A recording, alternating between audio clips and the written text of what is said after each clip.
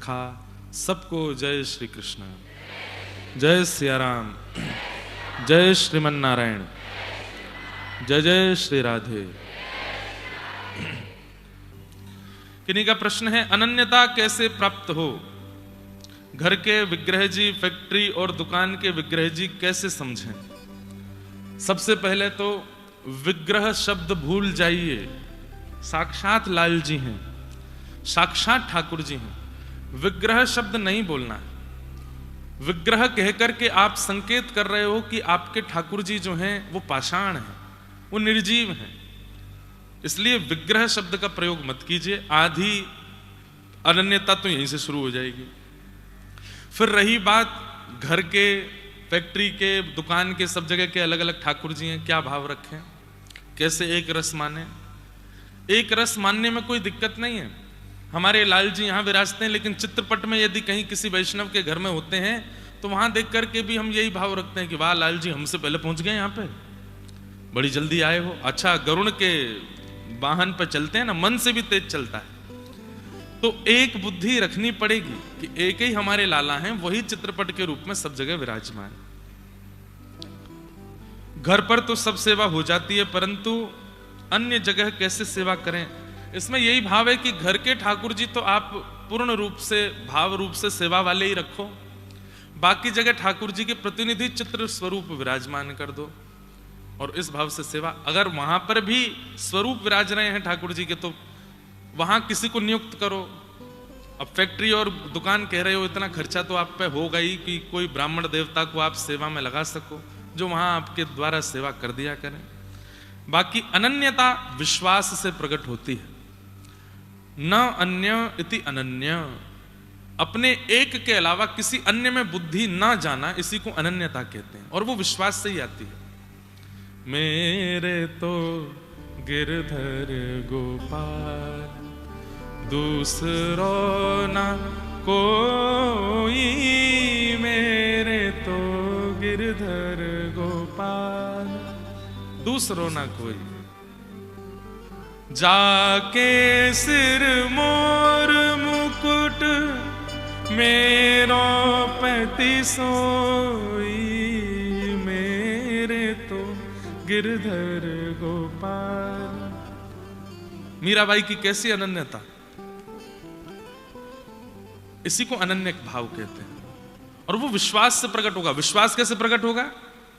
सत्संग से प्रकट होगा, हरिजनों के संग से प्रकट होगा, कथा श्रवण से प्रकट होगा, और कई बार जीवन में आई घटना और उस घटना के समय पर किया गया कीर्तन और उस कीर्तन से नष्ट हुई वो घटना विश्वास को प्रकट करती है। पर घटना की प्रतीक्षा क्यों करो, पहले से ही विश्वास रखो। दूसरा भाव, भगवान अपने भक्त का अपनी ओर कैसे खींचते हैं, उसके योग्य गुणों को, स्वभाव को देख के। रूप, अष्टसखा गाते हैं, प्रीतम प्रीत ही सो पई है, यद्यपि रूप गुणशील सुधरता, इन बातन ना रिझई है, प्रीतम प्रीत ही सो पई है। आपके चित्त का व्यवहार कैसा है, आपके अंदर प्रीति कैसी है, आपके अंदर प्रेम कितना है, आपके अंदर धन्यता कितनी है, आप सरल कितने हो, आपका स्वभाव मधुर कितना है, उससे ठाकुर जी रीझते हैं। अपने जीवन में होने वाली गतिविधियों पर आप क्या निर्णय लेते हो, उससे ठाकुर जी रीझते हैं। ये जो जीवन में कई बार संकट आते हैं ना, ये ठाकुर जी भेजते हैं जानबूझ के, देखूं तो सही कहां निर्णय लेगो।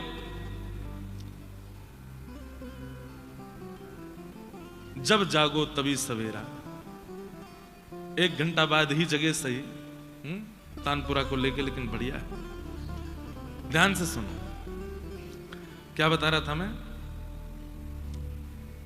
कई बार जीवन में परिस्थिति ठाकुर जी भेजते हैं ये देखने के लिए कि अब ये क्या निर्णय लेगा।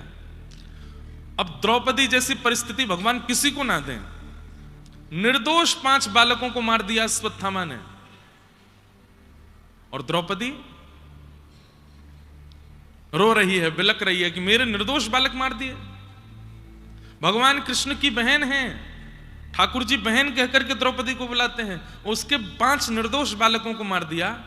उनके शव पड़े हैं सामने और उसी समय अर्जुन अश्वत्थामा को बांध करके, हाथ पैर बांध करके सामने लेकर के आता है। इसने मारा है 5 बालकों को। द्रौपदी तू आज्ञा कर, क्या करूं? मुच्यतामेष ब्राह्मणो नितरां गुरु। द्रौपदी क्या कहती है? छोड़ दो। क्यों? ये ब्राह्मण है, हम क्षत्रिय हैं। अरे जब घर में कोई घटना होती है या हमारी परिस्थिति में घटना, हम भूल जाते हैं सारे धर्म वेद शास्त्र गुरुजन सबको भूल जाते हैं। लेकिन द्रौपदी क्या कह रही है? 5 बालकों के शव पड़े हैं तब भी कह रही है कि इसको छोड़ दो। क्यों? ये ब्राह्मण है, हम क्षत्रिय हैं। ब्राह्मण को मारने का अधिकार नहीं है। दूसरी बात, यह भी किसी मां का बेटा है और बेटे के मरने पर मां को कितनी वेदना होती है। अर्जुन मैं उस वेदना से निकल रही हूं, मैं नहीं चाहती कि वो वेदना कोई और मां सहे। ये कोई पिक्चर की एक्ट्रेस नहीं बोल रही है, साक्षात प्रत्यक्ष महाभारत की द्रौपदी कह रही है। और भगवान खड़े खड़े सुन रहे हैं, बालकों के शव सामने पड़े हैं और द्रौपदी कितनी न्याय की बात कर रही है कि ये भी एक ठीक है, अपराधी को दंड मिलना चाहिए, लेकिन आपका उसके प्रति रुझान और व्यवहार कैसा है? ठाकुर जी ये देखते हैं। ये भी किसी मां का बेटा है। मैं वो वेदना उस मां को नहीं देना चाहती जिस वेदना में मैं स्वयं हूं, इसलिए इसको मत मारो। अर्जुन इसको मारने से मेरे 5 बालक जीवित तो होंगे नहीं, फिर मार करके क्या फायदा। और अंतिम बात बोल करके तो मानो द्रौपदी ने पूरी सभा को अपना लिया। क्या? ये ब्राह्मण है, एक मां का पुत्र है, आदि आदि ये सब बात एक तरफ। जिस गुरु ने तुमको धनुष बाण चलाना सिखाया ये उनका बेटा है। गुरु के अनंत उपकार हैं हमारे ऊपर। जिन गुरु की कृपा से अर्जुन तुम गांडीव धनुष उठा पाते हो, प्रत्यंचा चढ़ा पाते हो, उन गुरु का ये पुत्र है। क्या गुरु ऋण से तुमको भय नहीं लगता? गुरु का कर्जा है हमारे ऊपर कि उन्होंने हमें इस योग्य बनाया। कम से कम उस कर्जे को ऐसे चुकाओ कि उनके पुत्र का सम्मान करो, उसको मारो मत। बाकी सब तो शांत खड़े हैं, लेकिन दूर खड़े श्याम सुंदर के नेत्रों से आंसू गिर रहे हैं। और भगवान ने अपना नाम दे दिया द्रौपदी को, निरीक्ष कृष्णापकृतम गुरु सुतम। वहां वर्णन है, द्रौपदी ने गुरुपुत्र को देखा ना, कृष्णा अपने गुरुपुत्र को देख रही है। भगवान ने नाम रखा, मेरा नाम कृष्ण और द्रौपदी का नाम कृष्णा। इससे खिंचे चले आते हैं ठाकुर जी। आपका व्यवहार कैसा है, आपके विचार कैसे हैं, आपके निर्णय कैसे हैं। कई लोग निर्णय लेने में बहुत जल्दी और बहुत बेबाक होकर के कुछ भी कह देते हैं, निर्णय ले लेते हैं। ठाकुर जी विचलित हो जाते हैं, अपने सुख का विचार करके निर्णय ले लेते हैं, अपनों के सुख का विचार करके निर्णय ले लेते हैं। नहीं, इन सब परिस्थितियों से ठाकुर जी खिंचते हैं। आपका व्यवहार, विचार, स्वभाव, इनको सुंदर बनाओ। लेकिन व्यवहार तो सुंदर बनाते नहीं, विचार सुंदर बनाते नहीं, मुंह पे लगाते रहते हैं कुछ ना कुछ। बाल सुंदर बनाओ, मुंह सुंदर बनाओ, आंखें ऐसी होनी चाहिए, नाक ऐसी होनी चाहिए। प्रियतम प्रीत ही सो पई है, यद्यपि रूप गुणशील सुधरता, इन बातन न रिझई है। तो कैसे खिंचे चले आते हैं, अपनी ओर कैसे खींचते हैं, बस इतना ही समझ लो, आगे का पता नहीं, समझ नहीं आया। हमारा आपसे एक प्रश्न है। आप बता रहे थे कि सूरदास महाराज नेत्र बंद करके ठाकुर जी की लीला का अनुभव करते थे, पर जब मैं अपने नेत्र बंद करता हूं तो वो कुछ दिखाई नहीं देता। क्या इससे यह भाव है कि ठाकुर जी मेरे चित्त में नहीं है? और अगर लीला का दर्शन करना है तो कैसे करें? पहली बात, हम नेत्र बंद करते हैं, उसके बाद हमें जो दिखता है वो हमारे मन की वास्तविक स्थिति है, वो हमारी एक्चुअल स्थिति है कि मन कैसा है। इसलिए एकांत में बैठ के कभी कभी देखा करो क्या दिख रहा है। दूसरी बात, आपने कहा क्या मेरे चित्त में भगवान नहीं? ना, भगवान स्वयं गीता में कहते हैं ईश्वरः सर्वभूतानां हृदय से तिष्ठति, मैं सबके हृदय में रहता हूं, तो फिर दिखते क्यों नहीं? सीधा सा अर्थ है कि भाई दर्पण लगा है, लेकिन दर्पण में आप जब खुद को देखने गए तो आप खुद को देख नहीं पा रहे हो। क्यों? क्योंकि दर्पण पर बहुत सारा मैल लगा है, धूल लगी है, छींटे लगे हैं, गोबर लगा है, ना जाने क्या क्या लगा। दर्पण तो है, लेकिन आप देख क्यों नहीं पा रहे हो? क्योंकि मलिन है। और उस दर्पण का चेतो दर्पण मार्जनम, अपने चित्त के दर्पण का मार्जन करो। मार्जन कैसे होता है? ये कथा ही मार्जन है।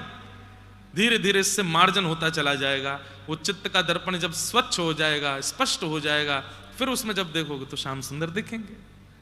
सूरदास जी के चित्त का दर्पण पूर्ण स्वच्छ हो चुका है, तो बाहरी दृष्टि ना होते हुए भी उनको ठाकुर जी का अनुभव होता है। चित्त का दर्पण मैला है, इसलिए ठाकुर जी नहीं दिख रहे हैं। और वो कैसे दिखेगा? एक कथा आती है, ये समझाने का भाव है। एक गांव में कुआं था, नया कुआं बनवाया था गांव के लोगों ने, और नया कुआं बनवा करके उन सब लोगों ने योजना बनाई कि पहली बार इस कुएं का जल कोई संत पिएगा या फिर इस जल से कोई संत स्नान करेगा, उसके बाद हम गांव के लोग इसका प्रयोग करेंगे। एक महात्मा को बुलाया गया, महात्मा जी गए, बोले भैया कब जाना है कुएं में स्नान करने? बोले महाराज सब बढ़िया है, लेकिन हमारे कुएं में से दुर्गंध बहुत आ रही है, क्या करें? बोले अभी नया निकला है ना, थोड़ा उसका कम से कम 50-70 बाल्टी जल निकाल दो, उसके बाद स्वच्छ जल आ जाएगा। 50-70 बाल्टी जल निकाल दिया, फिर भी दुर्गंध नहीं गई। महात्मा के पास जाके बोले अब भी दुर्गंध नहीं जा रही। तो महात्मा बोले काम करो, तीर्थों का जल मंगाओ और तीर्थों का जल मंगा करके कुएं में डालो और एक दिन बाद फिर से जल निकालो, शायद स्वच्छ हो जाए। उसके बाद भी दुर्गंध नहीं गई। तीसरी योजना बनाई, उसमें चूना लगा दो, ये करो वो करो, जो जो योजना पानी को सुंदर स्वच्छ बनाने की सब कर ली। अंत में महात्मा बोले ये कुआं है कहां, मैं चलूं देखने? बोले चलो। महात्मा जब गए तो महात्मा गए तो थोड़ी पास आती दुर्गंध आ रही थी। भीतर झांक करके देखा तो उसमें 2 कुत्ते मरे पड़े थे। महात्मा बोले इनको क्यों नहीं निकाला तुमने? बोले आपने कहा ही नहीं कि इनको निकालो, आपने कहा जल निकालो, तीर्थों का जल डालो, इसमें ये कर दो, इसमें लिपाई पुताई करवा दो। अरे मूर्खों, पहले इनको तो निकालो। कहने का अभिप्राय समझे? हमारा मन कुआं है। हम संतों से प्रश्न करते हैं ठाकुर जी क्यों नहीं दिख रहे, अभी भी दुर्गंध क्यों आ रही है, अभी भी संसार की चीजें क्यों दिख रही हैं, नेत्र बंद करने पर हीरो हीरोइन ही क्यों दिखते हैं, ठाकुर जी क्यों नहीं दिख रहे हैं? तब कहा गया क्या कि अपने चित्त से खूब सारा त्याग करो, वस्तुओं का त्याग करो, विचारों का त्याग करो, गलत लोगों का त्याग करो। आपने कर दिया फिर भी दुर्गंध नहीं जा रही। तो हमने क्या कहा, बद्रीनाथ होके आओ, मुक्तिनाथ होके आओ, गंगा स्नान करके आओ, यमुना स्नान करके आओ, खूब सारे कथाओं का बढ़िया लेपन करो, शायद दुर्गंध नहीं आवे। सब करके देख लिया फिर भी दुर्गंध आ रही है। तब गुरुदेव ने चित्त में झांक के देखा तो अहमता और ममता, या फिर कहूं राग और द्वेष रूपी 2 कुत्ते मरे पड़े थे भीतर। अरे इनको तो निकालो पहले, जब तक ये नहीं निकलेंगे कैसे मन में पवित्रता आवेगी। राग और द्वेष किसको कहते हैं? आपने मुझे माला पहना दी, अब आपसे बढ़िया कोई नहीं है, अब सब जगह मैं आपकी बड़ाई करता रहता हूं, अरे बहुत बढ़िया आदमी है, अरे 1 नंबर आदमी है, 4 आदमी, अरे उसने इतना गलत किया, अरे कुछ भी किया, वो बहुत बढ़िया आदमी, मुझे माला पहनाता है।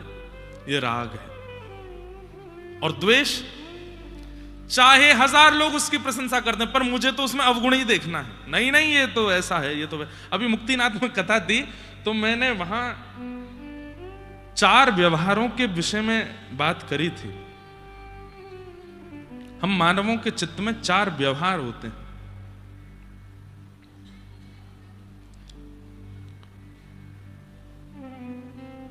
बहुत सुंदर भाव था।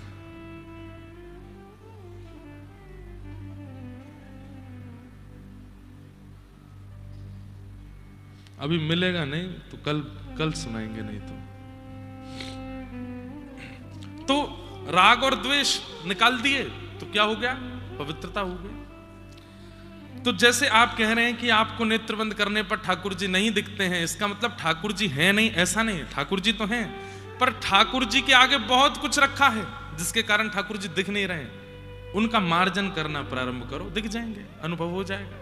और आप यदि कहो कैसे करूं, क्या करूं, आपसे बढ़िया आप कौन हो ये कोई नहीं जानता। व्यक्ति कैसा है ये केवल दो लोग जानते हैं, लिख लीजिएगा। व्यक्ति कैसा है ये दो लोग जानते हैं, पहले भगवान, दूसरा वो खुद। एनिवर्सरी मना रहे हैं, कितने साल हो गए? 30 साल हो गए साथ में, नहीं जानती पत्नी आपको। 50 साल हो गए, नहीं जानता पति आपको। बहुत सारे रहस्य हैं जो व्यक्ति अपने अंदर रख करके चला जाता है संसार से, किसी को नहीं बता के जाता। इसलिए दो ही लोग जानते हैं आपको, एक तो भगवान और एक आप खुद। आपको पता है कि आपके अंदर कितनी कमियां हैं, कितनी गलतियां हैं, कितनी गड़बड़ियां हैं, कितने बुरे व्यवहार हैं, सबकी लिस्ट बनाओ। उन सबके पीछे ठाकुर जी दबे हुए हैं। जैसे जैसे उनका मार्जन करते जाओगे, एक दिन सूरदास जी की तरह हमें भी ठाकुर जी का अनुभव हो जाएगा। करिए। अगर स्वप्न में दीक्षा मिल जाए 3-4 बार तो फिर क्या समझना चाहिए? भगवद आज्ञा है, स्वप्न को प्रत्यक्ष दीक्षा ले लो। गुरुदेव आजकल मुझे हर व्यक्ति में दोष दिखाई देने लग गए हैं, जानते हुए भी कि मुझ में दोष कम नहीं है, और इसी वजह से अपराध बनता है और भक्ति नष्ट हो जाती है। इसका उपाय क्या है? और मुझ पर जो भी कृपा होती है मैं उसका प्रचार कर देती हूं, जो कि बहुत गलत है।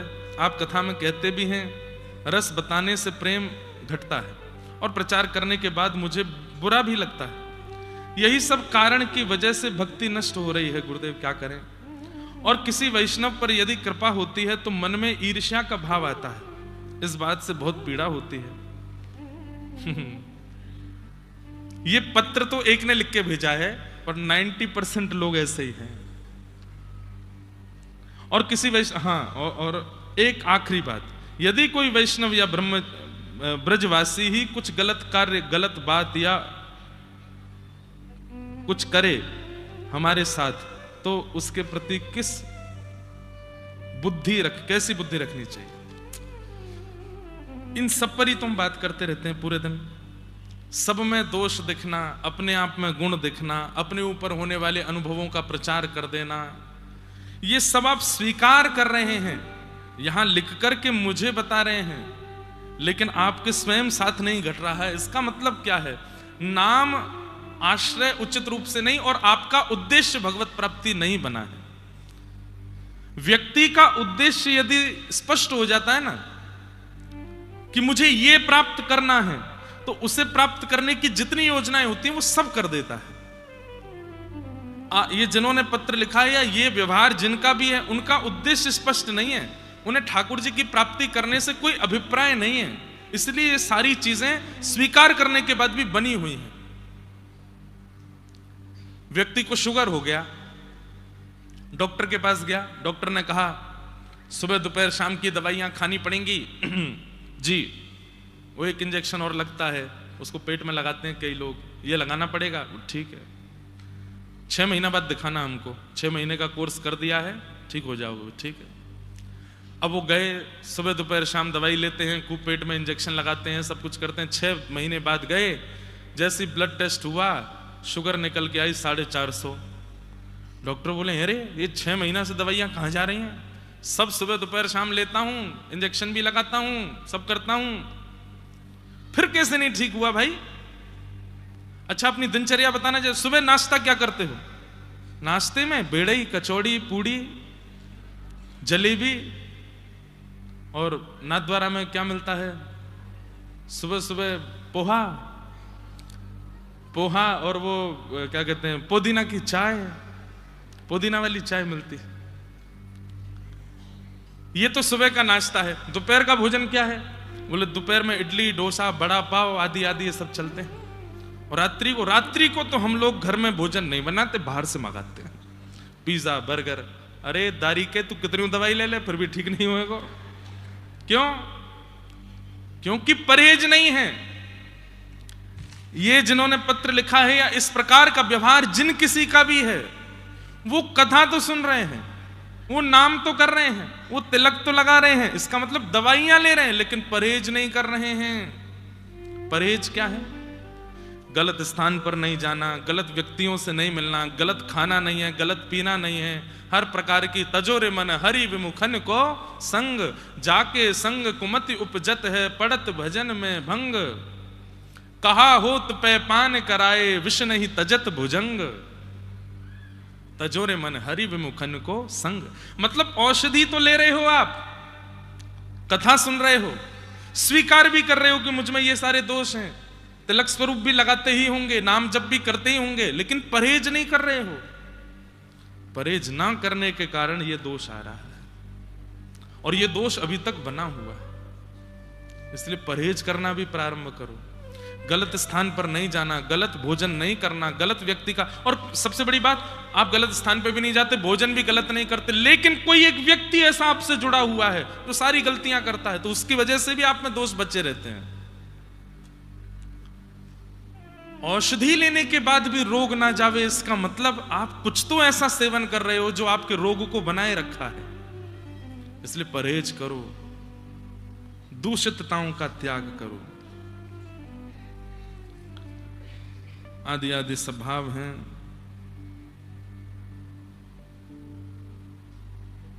संसारिक जगत में ज्ञानी पुरुष बड़ा है या भक्त पुरुष, और इन दोनों में अंतर क्या है? ज्ञानी पुरुष बड़ा बेटा भगवान का, और भक्त पुरुष छोटा बेटा भगवान का। एक रूप में यहां पर ज्ञानी की बड़ाई हो गई है और भक्त की थोड़ी सी ये हुई है कि वो छोटा है। लेकिन अब एक रूप देखिए, मां जब बाजार जाती है तो बड़े को घर छोड़ जाती है, छोटे को गोद में लेके जाती है।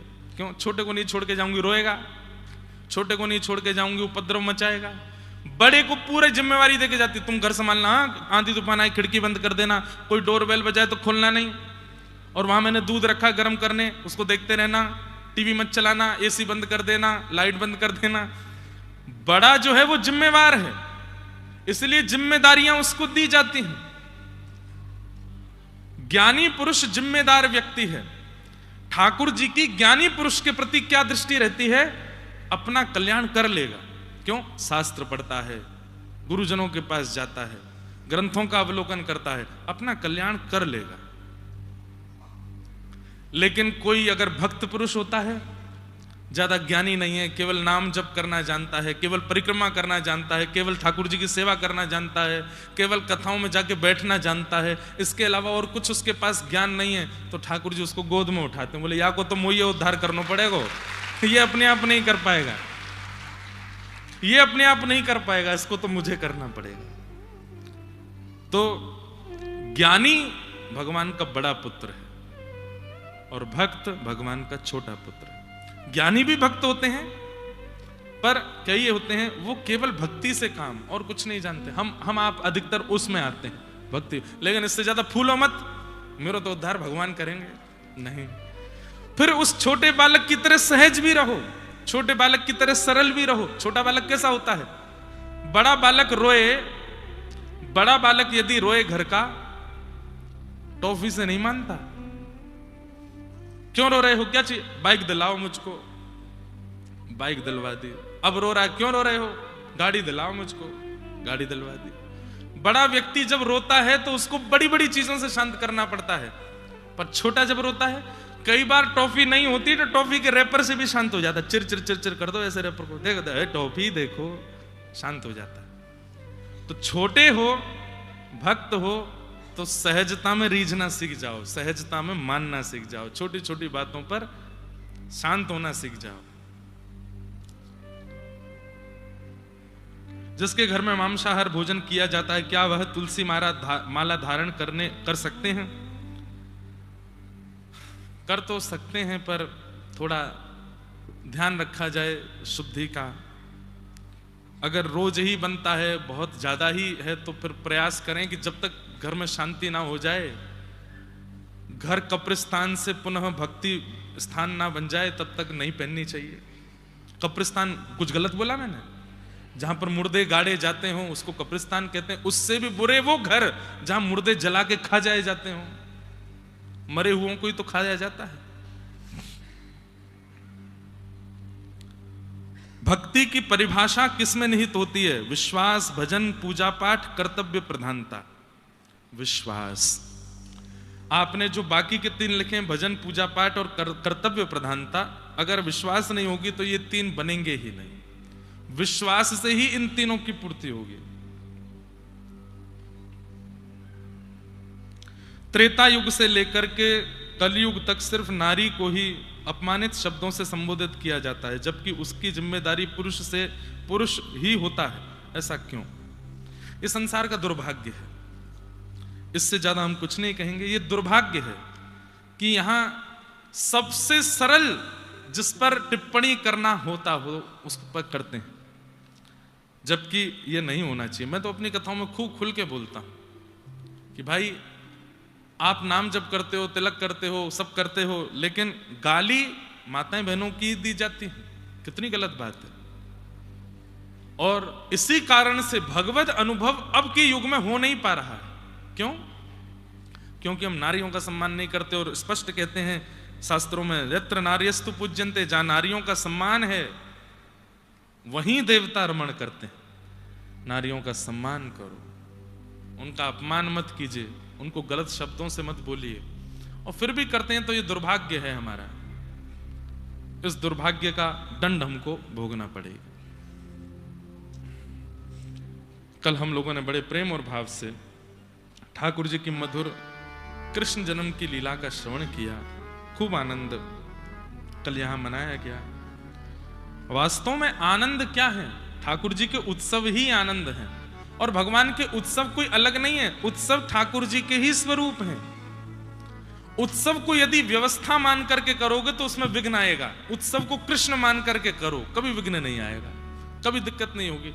उत्सव में प्रयोग होने वाले पुष्प, उत्सव में प्रयोग होने वाली सामग्री, उत्सव में प्रयोग होने वाली व्यवस्था सब कृष्ण है। ये मान करके जब आप उत्सव करोगे तो कोई आपदा आनी भी होगी तो टल जाएगी। उसको व्यवस्था मान करके और लोक रंजन के भावना से करोगे तो उसमें व्यवधान आएगा। कम शब्दों में बड़ी बात बोल करके हम निकल जा रहे हैं आगे। समझने वाले समझ जाइए।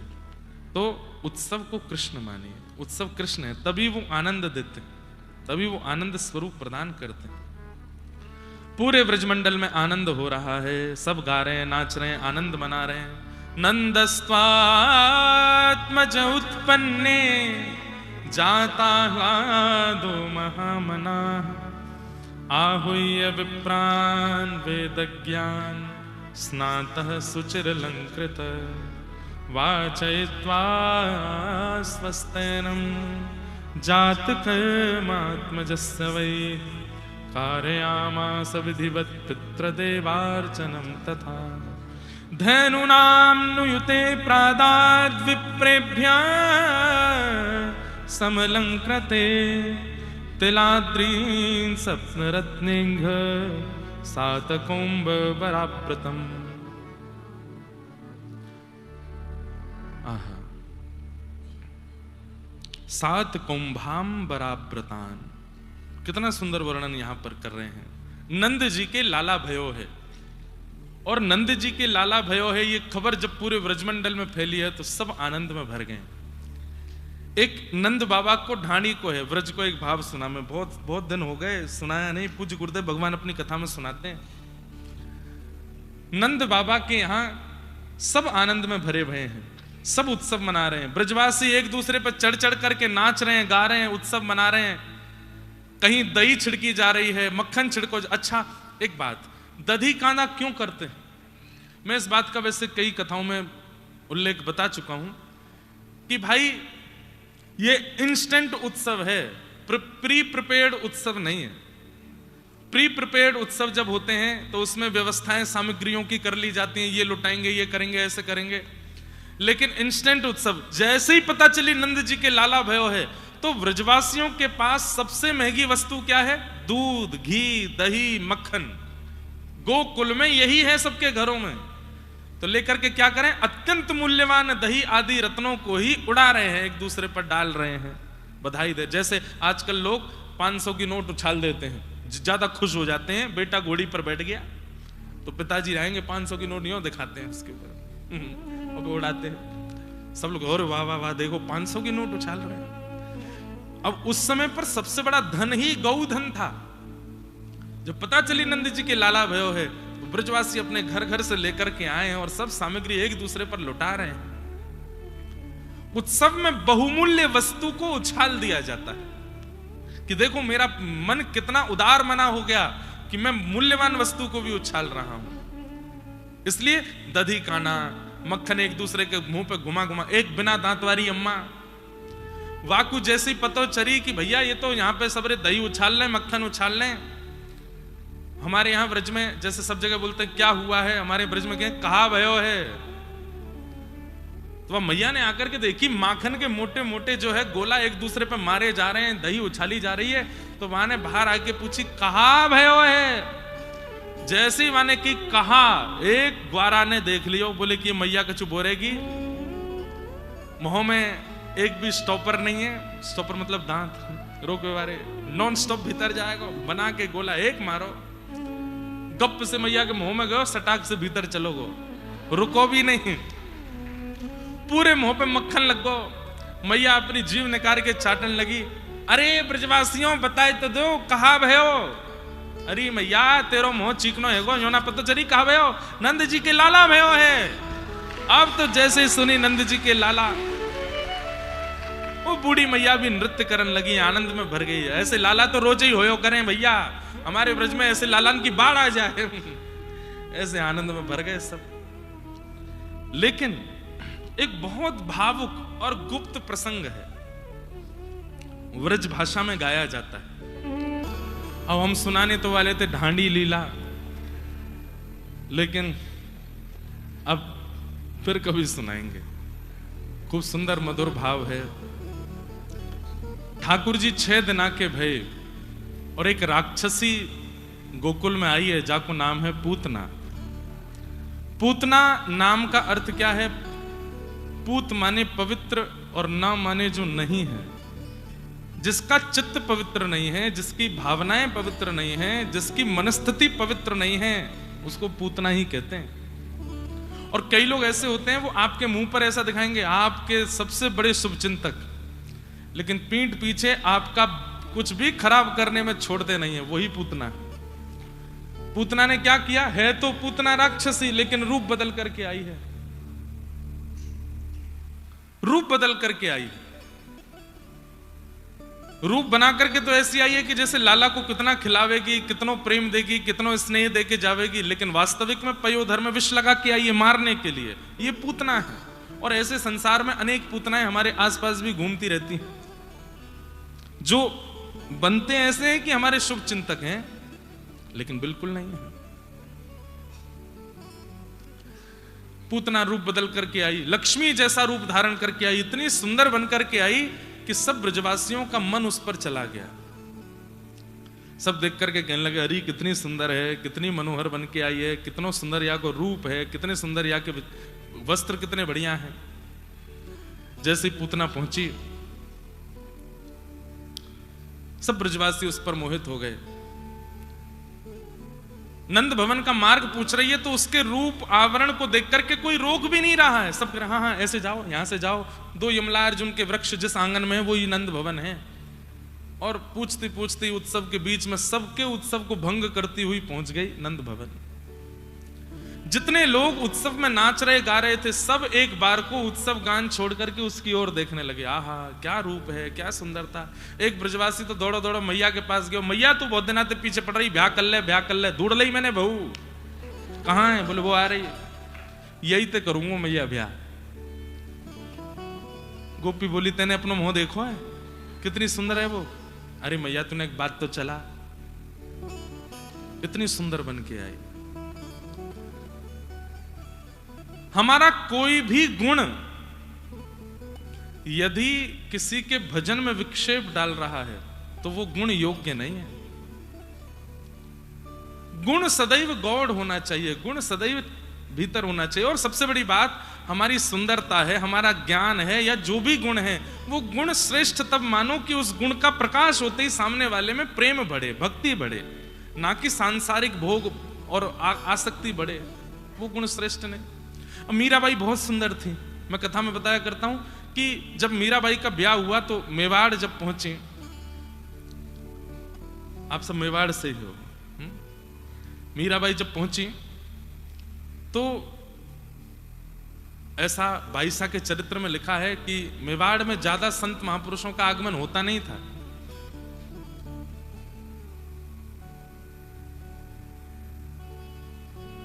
भोजराज राजा कुंवर भोजराज जिनसे ब्याह हुआ, वे रोज देखते हैं कि उनके राजभवन के बाहर इतने संत महात्माओं की भीड़, और सब केवल एक ही जगह खड़े रहते हैं। कहां? जहां से मीराबाई के कक्ष की खिड़की दिखाई देती है, सब ऐसे ही देखते रहते हैं। बाईसा जब सूर्य अर्घ देने के लिए अपने खिड़की पर आती हैं और जैसे खिड़की खोलती हैं, सब महात्मा महापुरुष बड़े बड़े जपी तपी सन्यासी सब ऐसे भुजा उठाकर जय हो जय हो जय हो बाईसा को देखते थे। तो एक दिन भोजराज गए और जाकर के बोले, आप लोग क्या देखते हैं? मीरा बहुत सुंदर है, उसका रूप बहुत आकर्षक है, वो देखने आते हैं? तो सब बोले, नहीं भगवान, हरिद्वार नहाए आए, सब जगह घूमे आए, बड़े बड़े तीर्थन में जाए करके जब तब कर आए, उसके बाद एक क्षण के लिए ठाकुर जी का अनुभव होता है। लेकिन बाईसा का रूप ऐसा है कि एक बार देख लें तो घंटों तक ठाकुर जी का अनुभव होता रहता है। इनका रूप देख करके भजन में मन लगता है, इनका सौंदर्य देख करके वृंदावन की याद आती है, इनकी रूप माधुरी को देख करके नेत्र सजल हो जाते हैं। देखते इनको हैं पर याद ठाकुर जी की आती है। ये मीराबाई का सौंदर्य है। किसी को देख करके उसके प्रति सुंदरता का भाव आ रहा है या उसके प्रति आकर्षण बढ़ रहा है तो व्यक्ति संसारी है। लेकिन किसी की सुंदरता देख के, किसी भी गुण को जानकर समझकर भगवत प्रीति बढ़ रही है, ठाकुर जी के प्रति प्रेम बढ़ रहा है, तो इसका मतलब वो भजनानंदी है, वो वैष्णव है। तो जो भी सुंदर हैं, जो भी गाना जानते हैं, जो भी बोलना अच्छा जानते हैं, शरीर बहुत अच्छा है, किसी भी गुण से युक्त हैं, प्रयास कीजिए कि उस गुण का आस्वादन करने वाले में आपके प्रति आसक्ति ना बन के ठाकुर जी के प्रति आसक्ति बने। और वो कब बनेगी? जब आप भजन करोगे, जब आप अपने गुण को ठाकुर जी में विलीन कर दोगे। हो बाला मैं बैरागन हूंगी, मैं बैरागन। क्यों हूंगी बैरागन? जिन भेषा मेरो सावरो रीछे, जिन भेषा मेरो सावरो रीछे, मैं सोही भेष धरूंगी। हो बाला सोही भेष धरूंगी, हो मैं बैरागन हूँ। अच्छा, गुण को श्रेष्ठ बनाने का एक उपाय और है। क्या? उस गुण से संसार को ना रिझा के ठाकुर जी को रिझाओ।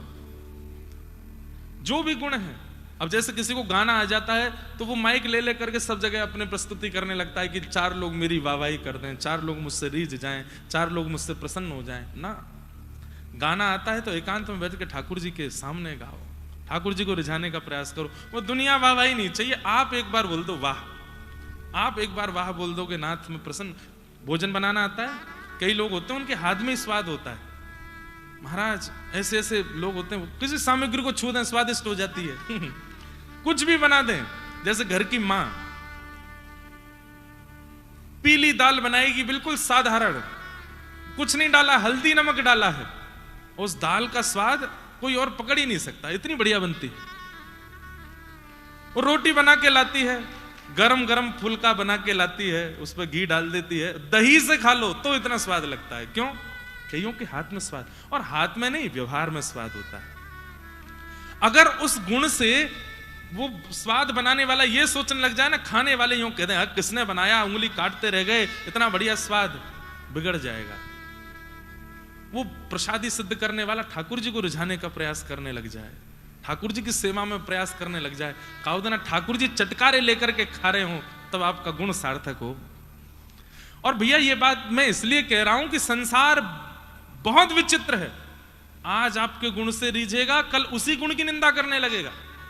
लेकिन ठाकुर जी एक बार जिस गुण से रीझते हैं ना, जीवन भर फिर उस गुण के अधीन रहते हैं, सदा उसके अधीन रहते हैं। इसलिए रूप है, सौंदर्य है, शरीर है, वाणी है, भोजन बनाने की कला है, नृत्य करने की कला है, कोई भी गुण आपके पास है, उस गुण से प्रयास करो ठाकुर जी को रिझाने का।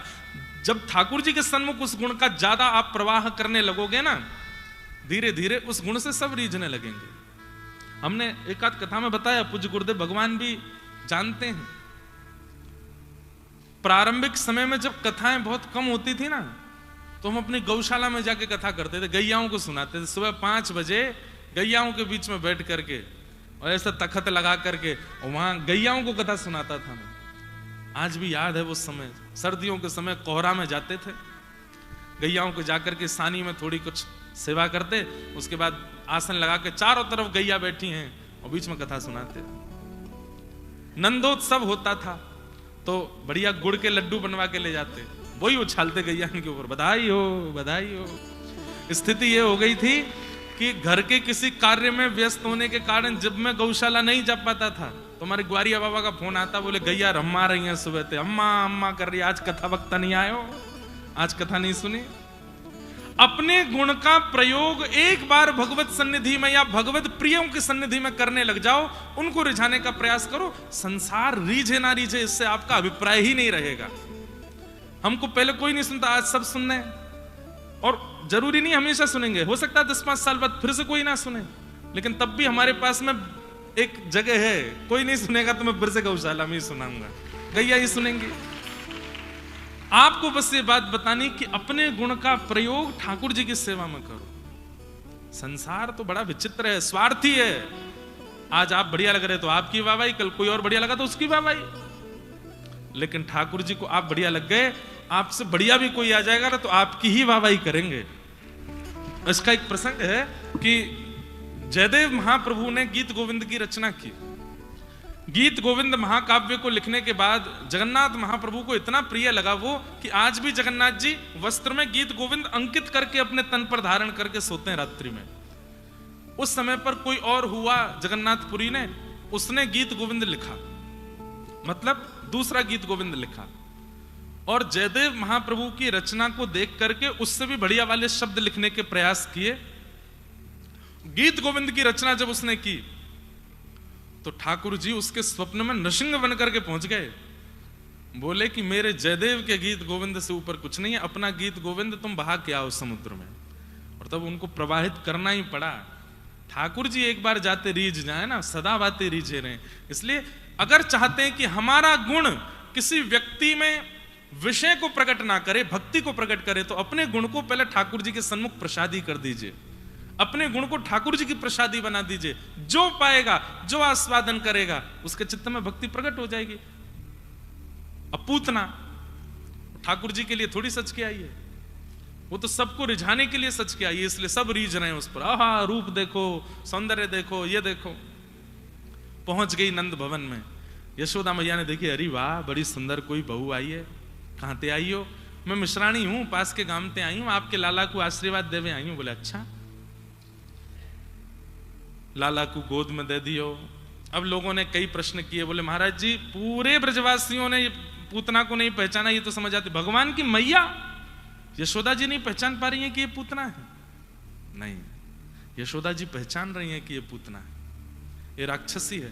पर यहां पर यशोदा मैया आचार्य का प्रतिपादन कर रही है।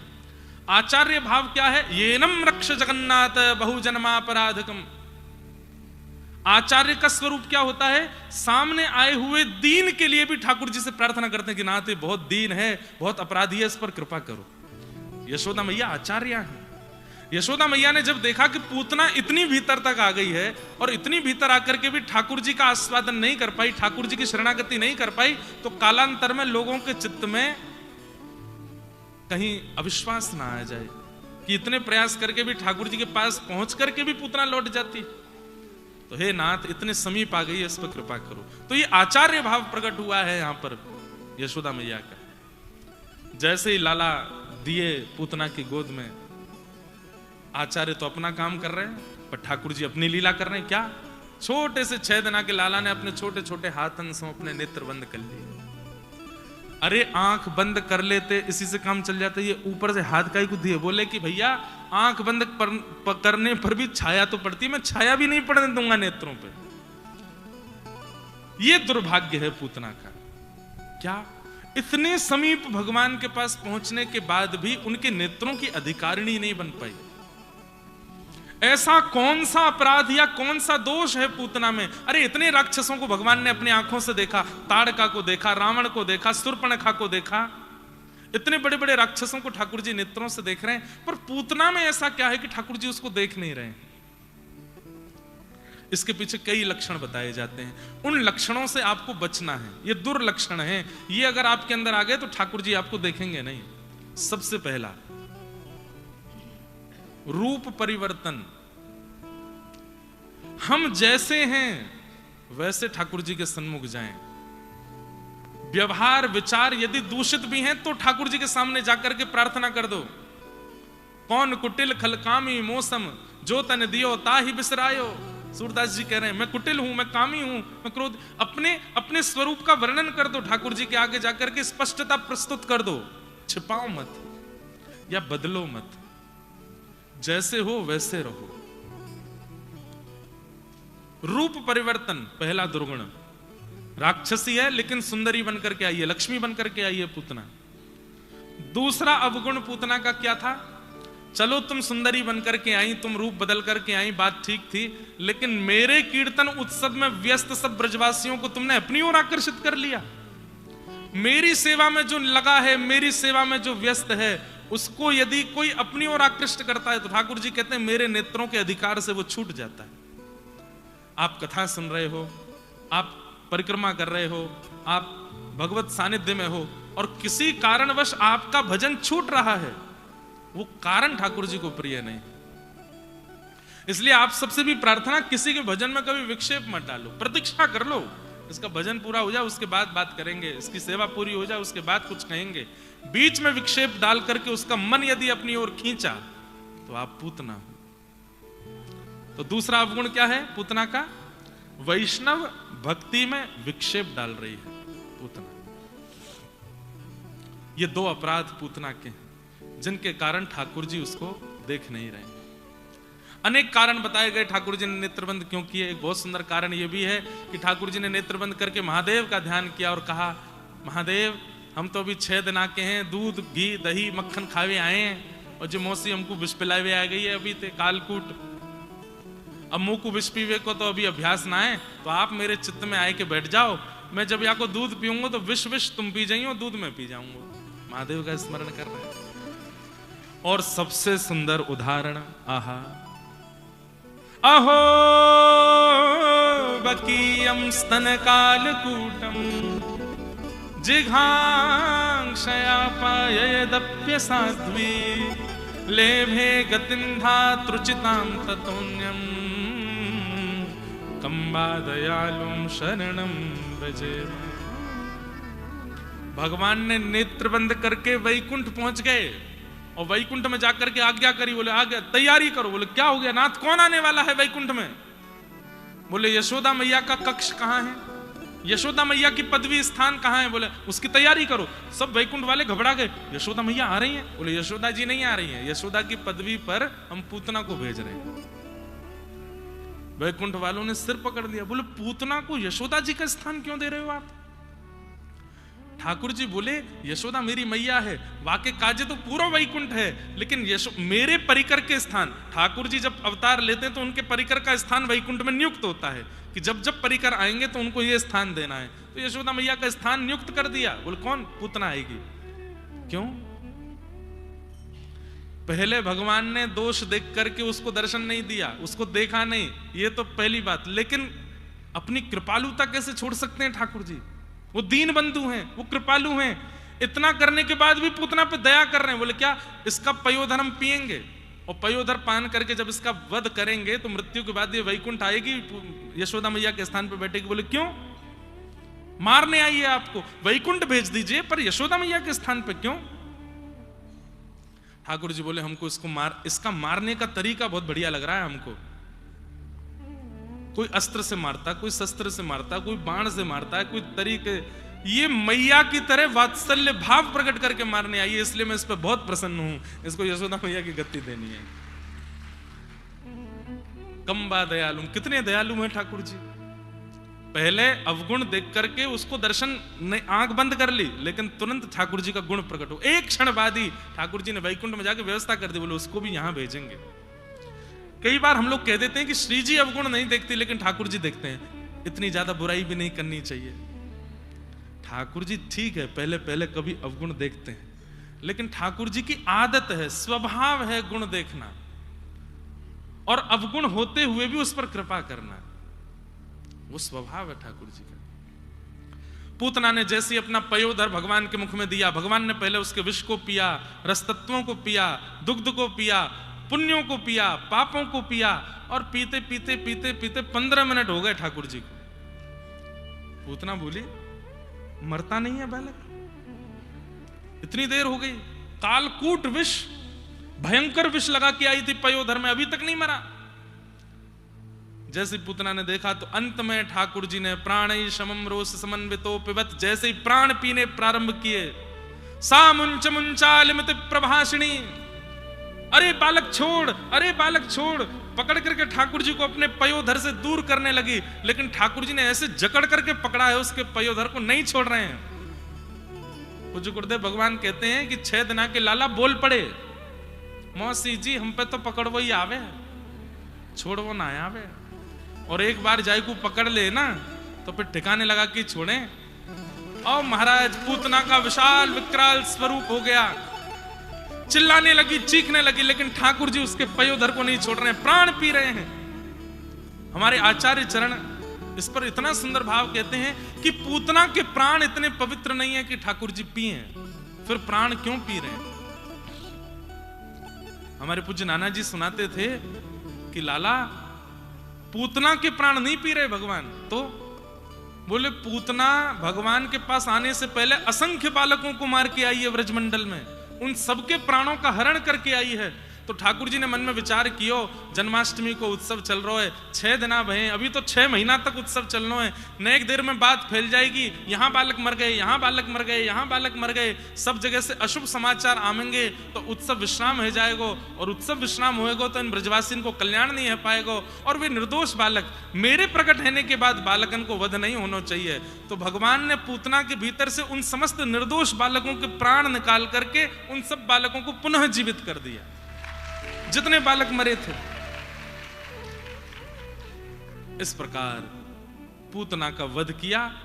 नंद भवन के पीछे महाराज किलोमीटरों में जाकर के उसका शरीर गिरा, धड़ाम से आवाज आई, पृथ्वी हिल सी गई, सब ब्रजवासी दौड़े तो देखे नंद भवन की पीछे की दीवार टूटी है और विशाल विकराल राक्षसी पड़ी है। यशोदा मैया ढूंढी, कहां यशोदा मैया, कहीं और कार्य में व्यस्त, दौड़ी दौड़ी आई, कहां भयो, अरे लाला कहां है, पलना में देखे लाला नहीं, अरे वो सुंदरी आई, वही गोद में लेके बैठी, कहां गई। तो पूतना के अंग पर अभी भी वो वस्त्र थे जो सुंदरी वाले थे। यशोदा मैया बोली, अरे ये सुंदरीता के भेष में ही राक्षसी आई, लाला को लेके। ऊपर चढ़ के देखी तो ठाकुर जी पयोधर पे अभी भी पड़े। सब ने ऊपर चढ़ के छोटे से लाला को नीचे उतारो। जो ब्रजवासी कह रो मेरो या ते ब्याह कराई दियो, बाकी मैया बोली अरे करेगो ब्याह, देख कैसी बन के आई है ये। भैया आज के बाद नियम लूंगा, बोले कहा कोई सुंदरी ते ब्याह नहीं करूंगा, कहा पता बाद में चल के ऐसी है जाए। लेकिन ये सब बातें तो एक तरफ की विनोद की हैं, लेकिन इसमें एक बहुत सुंदर प्रसंग है। क्या 6 दिन हो गए ठाकुर जी को प्रकट हुए, और 6 दिन से ब्रज में एक वर्ग है जो बहुत व्याकुल है, और वो है गौ माता। गैया गौशाला में खड़ी खड़ी रम्भा रही है। नंद घर आनंद भयो जय कन्हैया लाल की उत्सव सुनकर के उनको प्रसन्नता भी हो रही है, लेकिन वे दुखी भी हो रही है। क्यों? अरे ठाकुर जी कहते मैं गैयान की रक्षा के काजे आया हूं, 6 दिन है गए अभी तक हमें दर्शन नहीं दिए, इन ब्रजवासिन को दर्शन दे रहे हैं, संत महात्मान को दर्शन दे रहे हैं, और हम गैया, अरे यमुना जी को भी दर्शन दिया आपने, मथुरा से आते समय यमुना जी को भी दर्शन है गयो, हम गैयान के काजे आयो, हमें कब दर्शन दोगे। तो ठाकुर जी ने 6 दिना से यूं सोच रहे हैं इन गैयान के कहा करूं, कोई ऊंची नसेनी आवे, लंबो ऊंचो मंच आवे तो वहां से इनको दर्शन कराऊं अपनो। सो पूतना को मंच बना के बुलाया ठाकुर जी ने। जैसे ही पूतना विशाल विकराल हुई, पयोधर पर पड़े भय ठाकुर जी ने गौशाला में खड़ी खड़ी सब गैयान को दर्शन दे दियो। सब गैयान ने ठाकुर जी को देख लियो, सब आनंदित है गए। इतना ही नहीं, वो गैया सब व्याकुल थी। तो जब ठाकुर जी को पूतना का स्पर्श हुआ, सब गोपियां बोली राक्षसी ने लाला को स्पर्श किया है, लाला को शुद्धिकरण करना पड़ेगा। कहाँ लेके जाएं? बोले गौशाला लेके चलो। और तुरंत ठाकुर जी को लेकर के गैयान के बीच में सब गोपियां आई हैं। आहा, गौमूत्रेण स्नापित्वा, ऐसी चिकित्सा दुनिया में कहीं नहीं हो सकती। गौमूत्र से ठाकुर जी को स्नान कराया। गौमूत्रेण स्नापित्वा पुनर्गौरज सार्भकम रक्षम चक्रुश्च शक्रता द्वादशांगेषु नाम भी। गैयान के गौमूत्र से स्नान करायो। गौ खुर ठाकुर जी के श्री अंग पर लगाई है और एक गोपी गोद में लेके बैठी है और एक गोपी गैयान की पूंछ से लाला को झाड़ो दे रही है। और सबसे बड़ी बात, 12 अंगों पर रज लगा करके भगवान के नाम से ही भगवान को झाड़ा दे रहे हैं। ठाकुर जी मंद मंद मुस्कुरा रहे हैं। वाह, इन ब्रज की गोपियों ने आज ये बात सार्थक कर दी कि मोते भी बड़ो मेरो नाम है, मुंह पे भी अलाय बलाय आवेगी तो मेरे नाम से ही दूर की हो जाएगा। और गैयाओं को ठाकुर जी का स्पर्श हो गया तो जो एक वर्ग नाराज बैठा था वो भी प्रसन्न हो गए। सब गैयाओं का भी आज उत्सव हो गया। इस प्रकार ठाकुर जी की पूतना मर्दन लीला हुई। बोलो भक्तवत्सल भगवान। ठाकुर जी धीरे धीरे 3 महीना के है गए और भगवान को पलना उत्सव मनाया गयो। पहली बार ठाकुर जी ने करवट ली है। पूरे ब्रजमंडल में ढिंढोरा पिट गो महाराज की नंद के लाला ने करवट ली है, बधाई हो, नंद के लाला ने करवट ली है। श्री सांडिल्य मुनि के पास में पहुंच गए नंद बाबा। सांडिल्य मुनि बोले कैसे आए? बोले लाला ने करवट ली है, एक उत्सव करना है। सांडिल्य मुनि ऐसे बोले करवट को कौन सा उत्सव हो गए? बोले करवट को उत्सव करना है। सांडिल्य मुनि बोले भैया करवट को कोई उत्सव नहीं है, या तो बढ़िया तुम पलना उत्सव करो लाला को। और पलना उत्सव में कहा करें? बोले केवल पुआ और रबड़ी की भंडारो कर दो। सब ब्रजवासियों को न्योता दिया गया, पुआ और रबड़ी को भंडारो भयो। लाला गदमदरास से ऐसे हैं बिल्कुल। ये महाराज ऐसे हाथ कर लें तो यूं लटके हाथ, पी पी के दूध बिल्कुल ऐसे है गए, गाल मोटे मोटे, और महाराज ऐसे सुंदर कमल जैसे नेत्र ठाकुर जी के, और ये बढ़िया स्वरूप है ठाकुर जी को। सब ब्रजवासी तो कोई लाला के हाथ दबावे, कोई पाम दबावे, खिलखिल करके ठाकुर जी हंसे। लेकिन थोड़ी देर बाद ठाकुर जी चिड़चिड़ा गए। अब कोई गोपी आवे वो गाल खींचे, कोई गोपी आवे वो थोड़ी खींचे, पाम खींचे। सोई ठाकुर जी जोर से रोए। यशोदा मैया बोली हटो चलो सबरे, ऐसे लाला को परेशान करें। गोद में ले लिए और गोद में लेकर के लाला को दूर लेकर के गई। एक बैलगाड़ी के नीचे कपड़ा को एक बढ़िया सुंदर पलना बनायो, वहां में लाला सुवाई दिए। धीमे धीमे मैया झोटा दे रही है और जैसे ही लाला के नेत्र बंद भये, यशोदा मैया उठ के चली गई। ठाकुर जी मन में सोचे मैया मुझसे दूर जा रही है। मैं कथा में कहा करता हूं बंधुओं, ठाकुर जी को अटेंशन बहुत अच्छा लगता है। मैं तेरे पास आया हूं, तू मुझसे दूर मत जाए कर, मेरे पास ही रहकर, दिन भर मेरी सुध ले तो रहकर। लाला कहाँ कर रहे हैं? कछु खाएंगे, कछु पिएंगे, गर्मी तो नहीं लग रही, कछु व्यवस्था कर दूं, एसी लगा दूं, कूलर लगा दूं, खस की टाट लगा दूं, न चंदन घिसके लगा दूं। 24 घंटा उनका ध्यान धरते रहो। इतने प्रसन्न रहते हैं वो कि याकू मेरी इतनी चिंता है तो मुंह को भी या की चिंता है। लेकिन सुबह दर्शन किए फिर पूरे दिन आप पूछे ही नहीं रहे कहां है ठाकुर जी। प्रिय नहीं ठाकुर जी। प्रेम लक्षण भक्ति यदि चित्त में है तो बार बार ठाकुर जी के पास जाते रहो, उनसे दूर मत रहो ज्यादा। आपका सामीप्य उनको सबसे ज्यादा प्रिय लगता है। वो आपके लिए आए हैं आपके पास।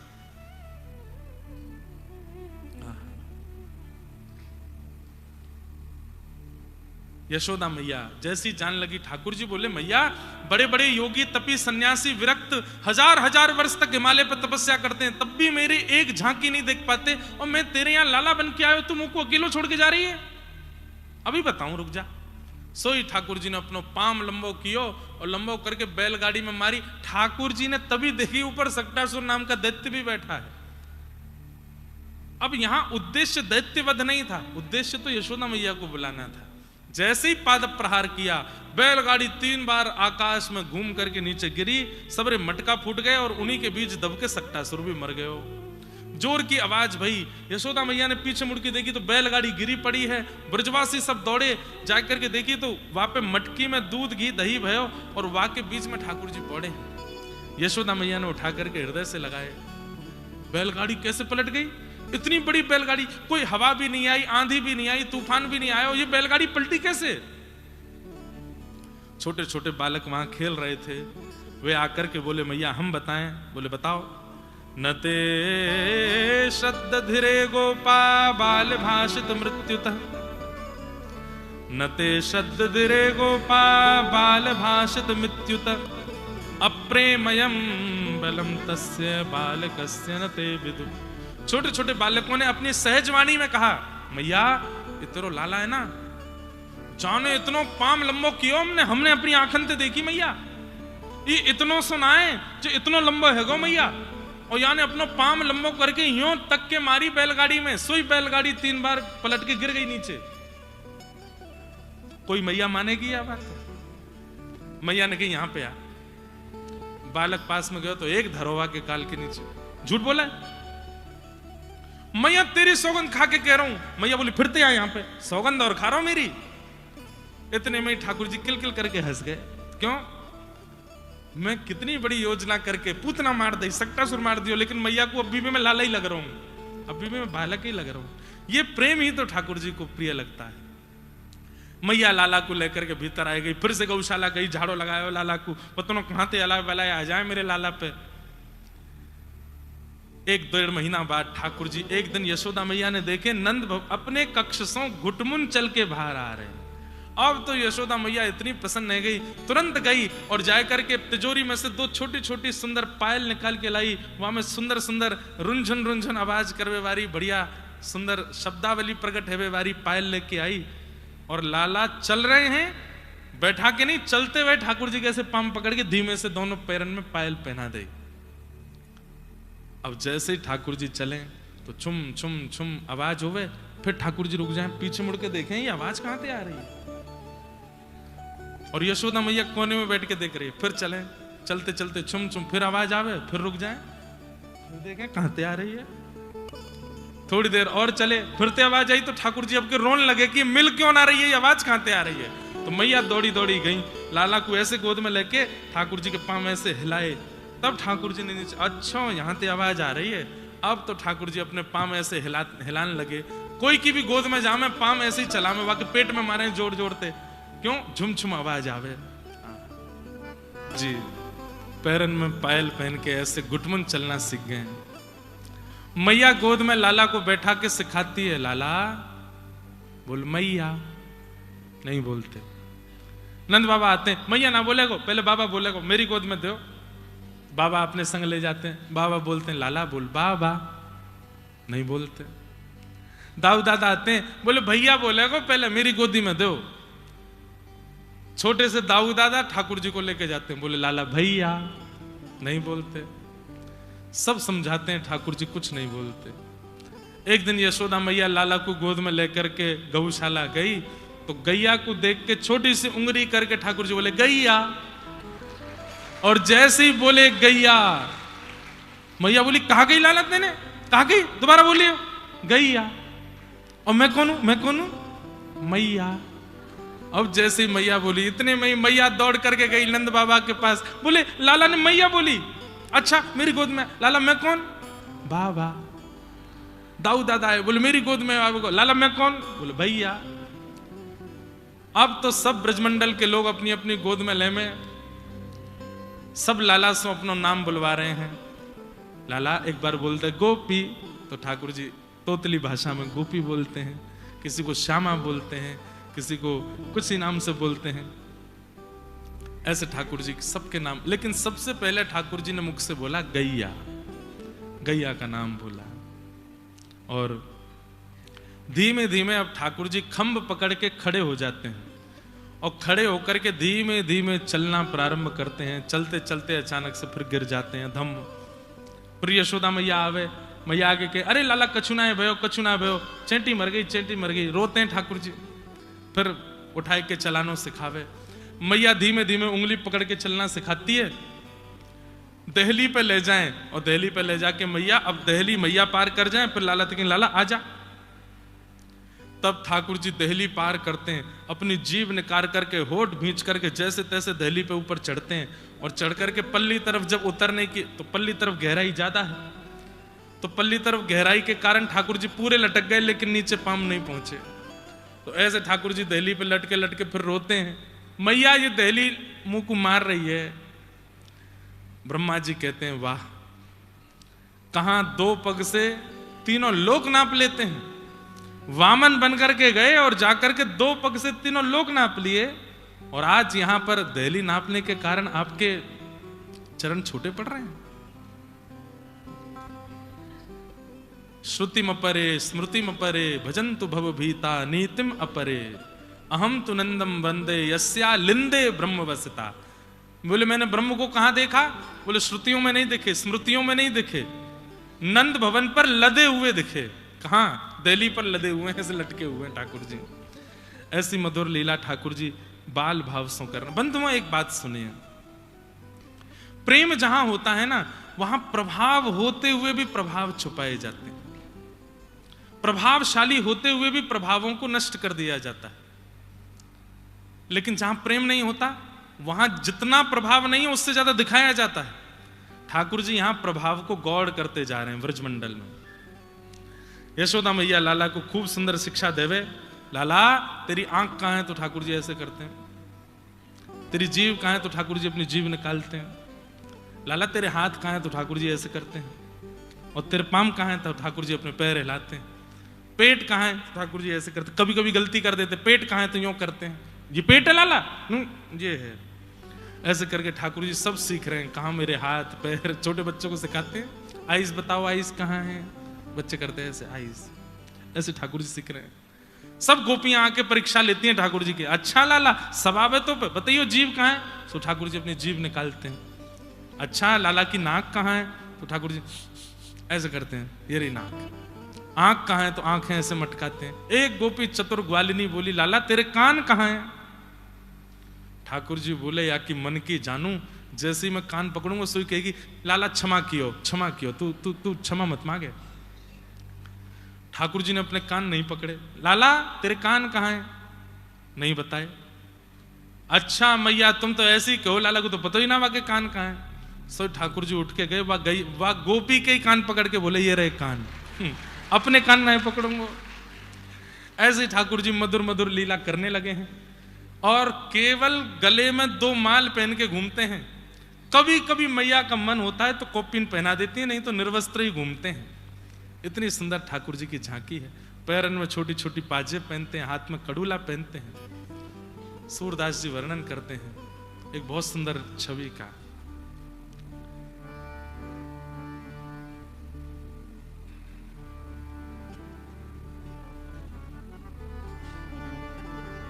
हे हरि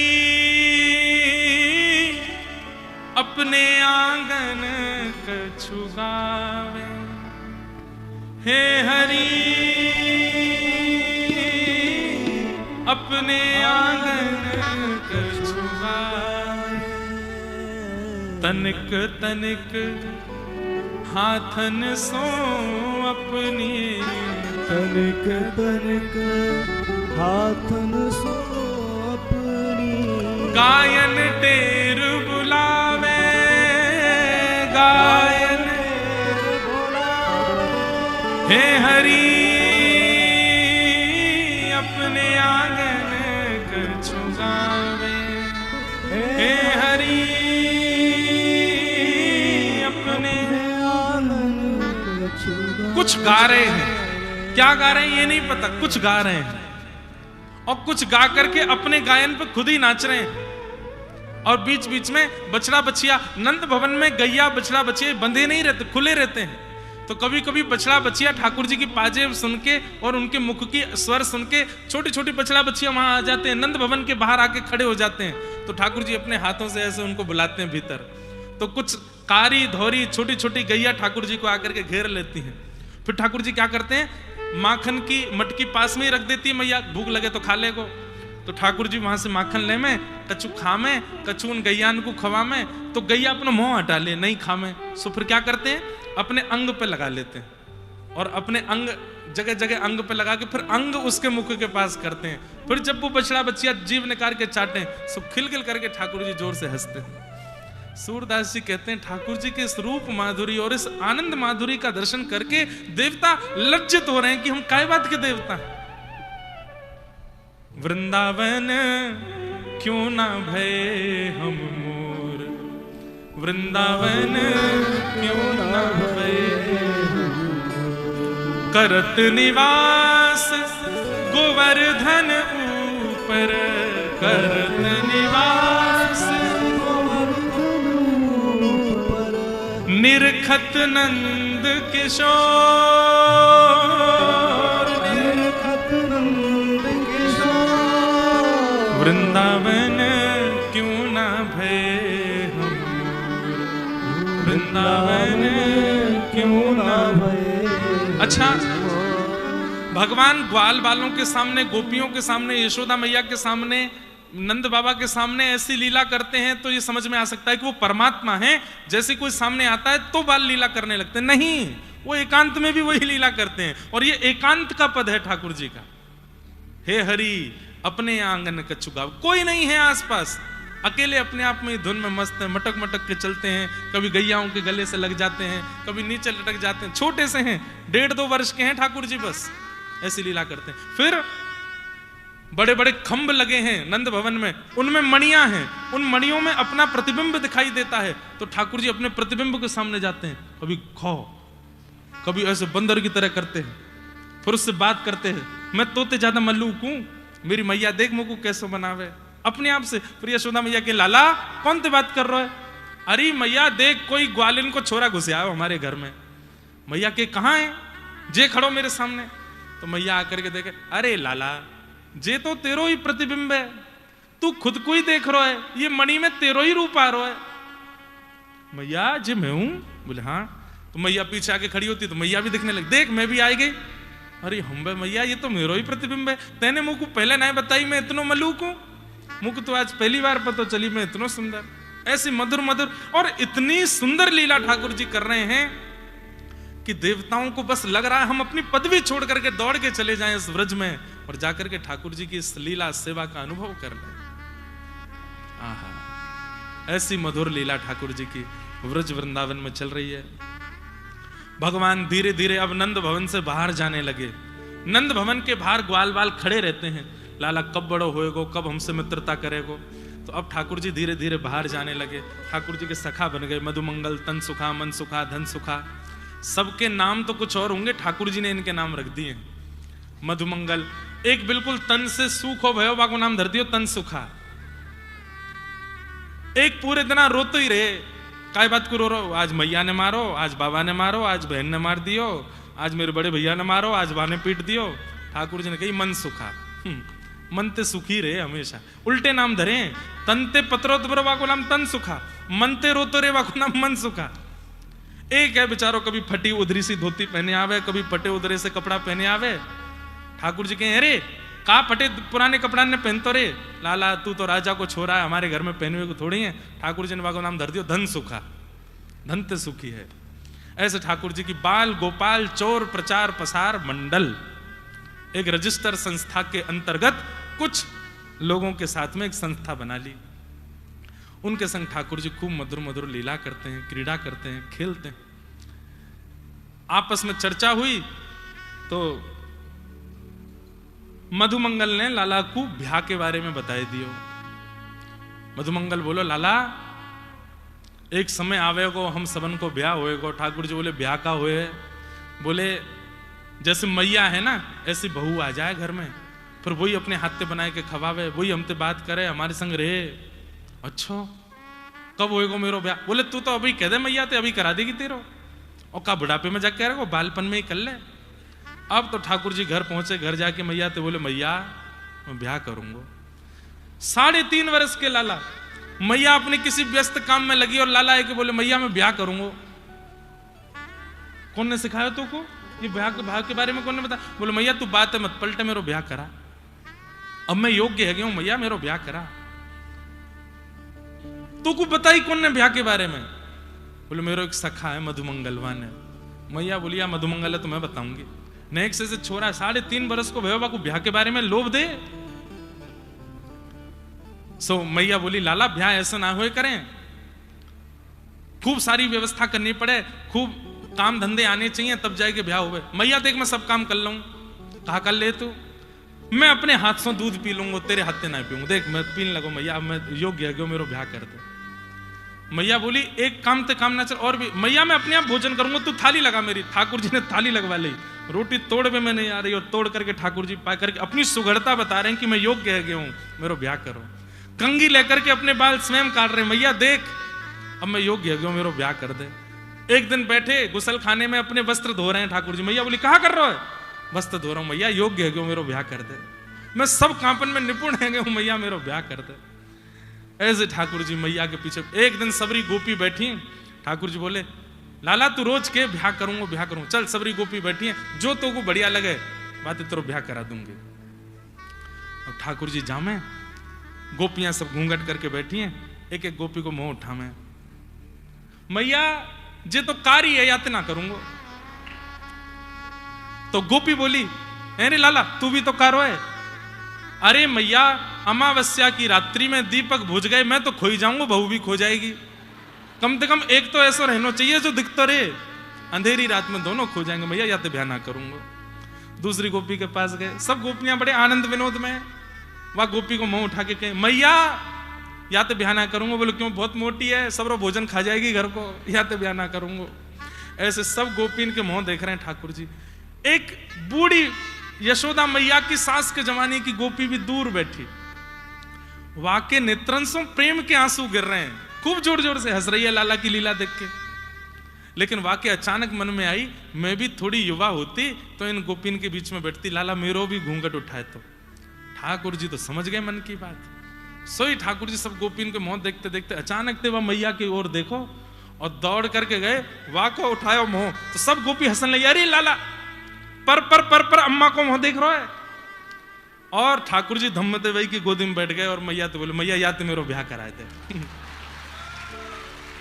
मैया बोली अरे लाला वाके दांत नाए, 4 आदमी वाको उठावे में लगे, चल फिरनो आवे ना, तू बात ब्याह करेगो?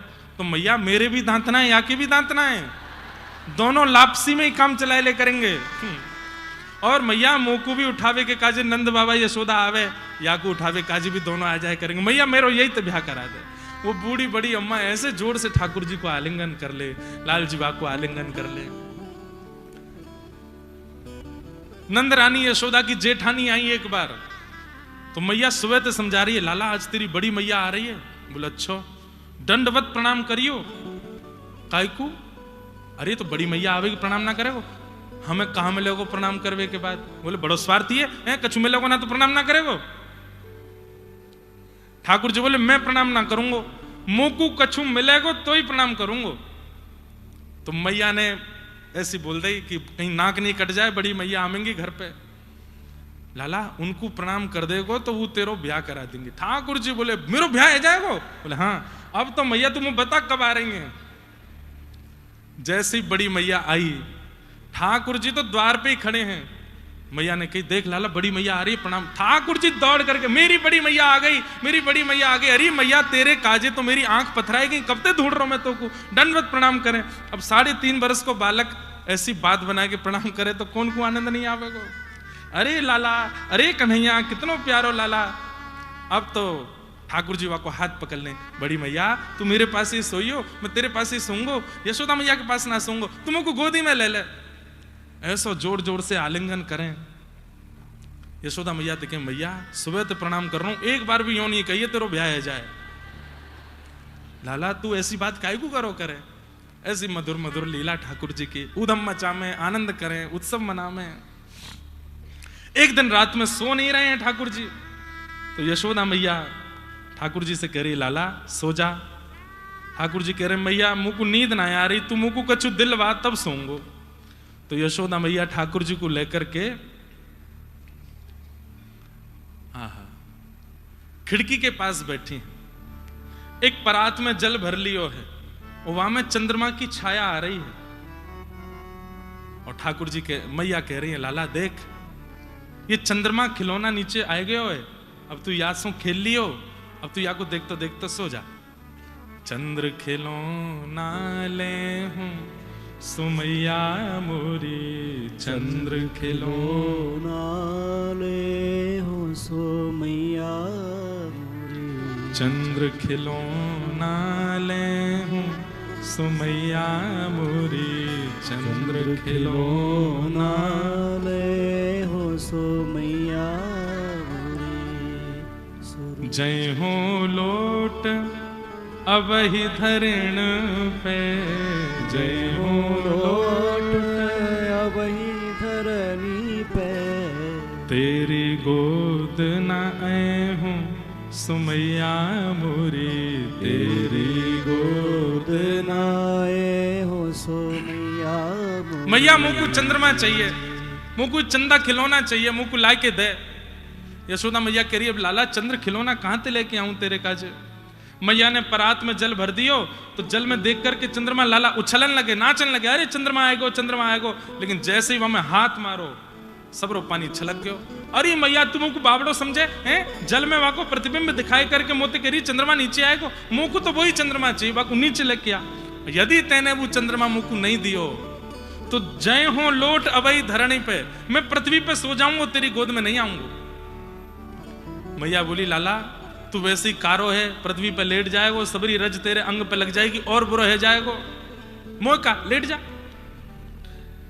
ना मानेगी मैया मेरी बात, ना दिलावेगी चंद्रमा, बोले ना दिला रही तो मैं फिर पूरे गोकुल में हल्ला करूंगा। बोले कहा हो तो सुत में नंद बाबा को, हो तो सुत में नंद बाबा को, तेरो सुत ना कहे हूँ सुमैया मोरी, तेरो सुत ना कहे हो सुमैया। मैया मैं पूरे गोकुल में हल्ला कर दूंगा कि मैं नंद बाबा को लाला हूं, मैं यशोदा को लाला ना हूं। सब मोते नंद जी को लाला के करो, कोई नहीं यशोदा को लाला कही तो बात मैं बात नहीं करूंगा, मत दिलावे तू चंद्रमा, मैं पूरे गोकुल में हल्ला करूंगा। मैया बोली अच्छा नंद बाबा को लाला है तू, बोले हाँ तो सो जा उन्हीं के पास, रात में भूख लगेगी दूध मांगेगो फिर तो मेरे पास ही आना पड़ेगा। अच्छा मैया तू मेरी बात ना मानेगी, बोले ना मान नहीं तो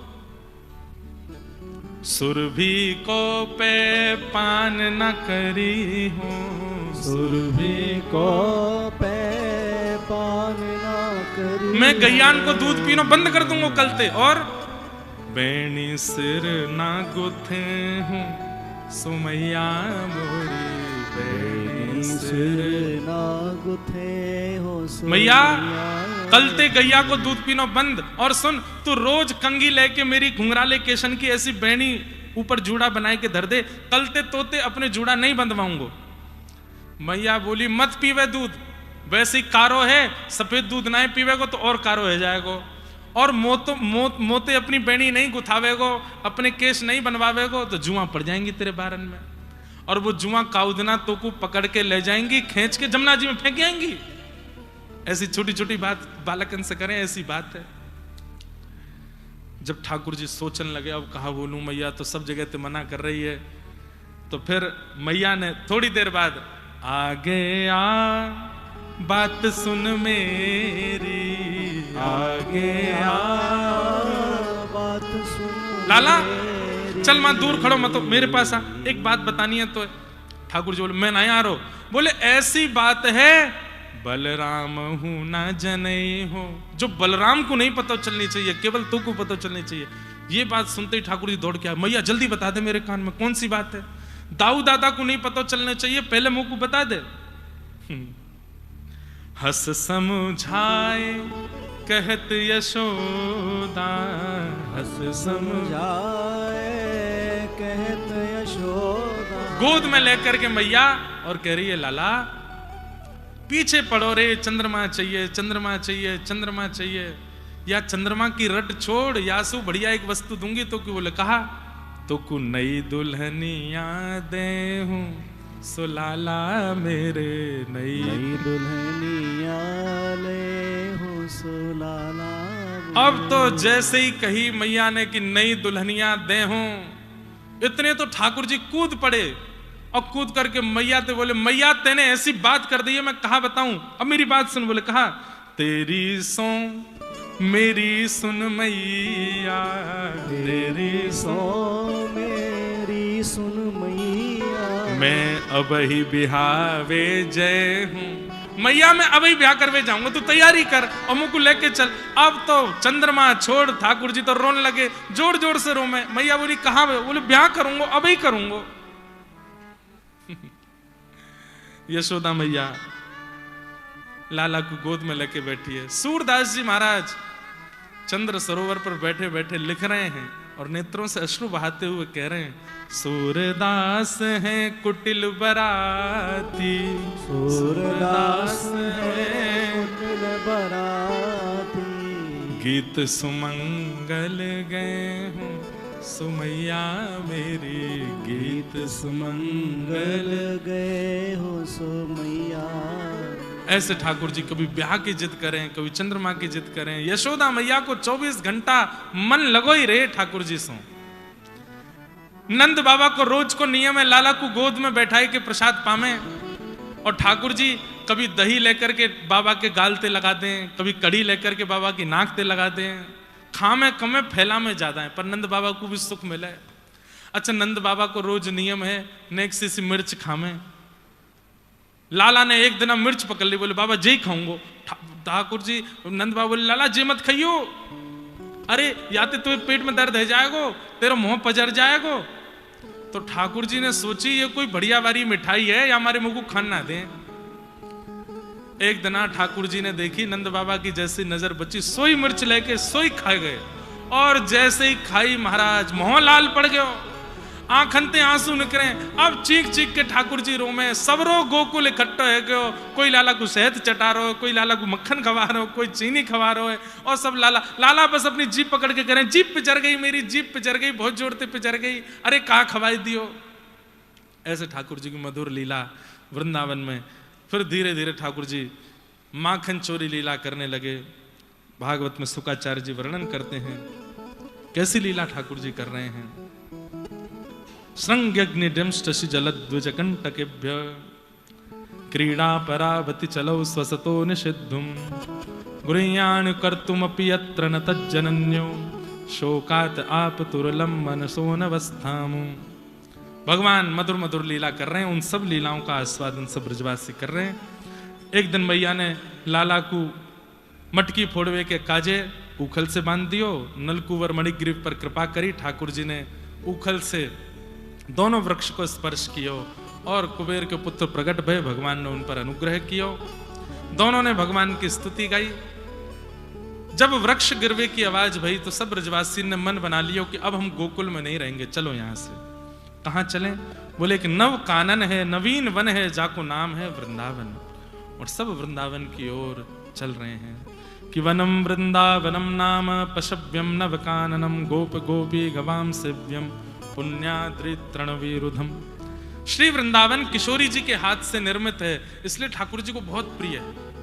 वृंदावन गोवर्धन और श्री यमुना जी गोलोक धाम से पधारे हैं, ये ब्रह्मा की कृति नहीं है, इसलिए किशोरी जी के हाथ से निर्मित वृंदावन ठाकुर जी को बहुत भाता है, बहुत प्रिय लगता है।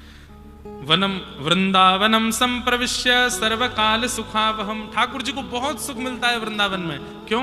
किशोरी जी के निर्मित वृंदावन में रह रहे हैं, इसलिए ठाकुर जी को बहुत सुख देता है। वृंदावनम गोवर्धनम यमुना पुलिनानि च वीक्षयासित्तमा प्रीति राम माधवयोर नृप। वृंदावन गोवर्धन और यमुना ये ठाकुर जी को अति सुख प्रदान करने वाले हैं, इसलिए इनके तट पर जाकर के खूब ठाकुर जी का स्मरण करना चाहिए। वृंदावन आकर के ठाकुर जी की मधुर लीलाएं चल रही हैं, और एक अघासुर नाम के दैत्य का वध किया जो कि सर्प के रूप में आया था, और भगवान ने सब ग्वाल बाल जो उसके गर्भ में जाने से मृत्यु समान भाव को प्राप्त हो गए थे, सबको पुनर्जीवित किया। सब ग्वाल बालों के साथ ठाकुर जी ने छाक लीला की, जो हम परसों अनुभव कर रहे थे। विभ्रद वेणुम जटर पटयो श्रांग वेत्रे च कच्छे वामे पाणौ मृषण कवलम तत्फलम लांगुलीषु तिष्ठन मध्य स्वपर सुहृदो हासयन्निर्मभिस्वे स्वर्गे लोके मिषद विभुजे यज्ञ भुक्बाल के लिए। बीच में ठाकुर जी बैठ जाते हैं, चारों तरफ ग्वाल बाल बैठे हैं, कभी कोई सामग्री लेकर खामे। और ठाकुर जी की कितनी सुंदर झांकी है। विप्रत वेणुम जठर पटयो श्रांग वेत्रे चकच्छे। एक बाम भाग में तो वेणु दबा रखी है, एक बाम भाग में श्रृंगी दबा रखी है। बीच में ठाकुर जी बैठे हैं, चारों तरफ ग्वाल बाल बैठे हैं। अपने हस्त कमल के मध्य में चटनी रखी है, उंगलियों के बीच में अलग अलग अचार रखे हैं। एक हाथ में सुंदर कवल रोटी का लेके ठाकुर जी एक बार रोटी खाते हैं, फिर कोई अचार चाटते हैं, फिर रोटी खाते हैं, फिर कोई चटनी चाटते हैं, फिर रोटी खाते हैं, फिर कहे ए मधुमंगल तू कहा लेके आयो? बोले मैं तो ये लाऊं, चल खबा मुकू। ए तनसुका तू कहा लेके आयो? तू भी खबा। सबन के हाथ से खाते हैं। बीच में बैठ के मधुर गोपाल जी का ये छाक लीला का उत्सव होता है। ग्वाल बालों के हाथ से खा रहे हैं, झूठन कूटन सब चल रहा है। ये देख करके ब्रह्मा जी को मोह हो, ब्रह्मा जी के मन में संशय हो गया कि ये भगवान नहीं हो सकते। यज्ञ भोक्ता भगवान ऐसे किसी के भी हाथ से खा रहे हैं, कहीं भी झूठन कूटन खा रहे हैं।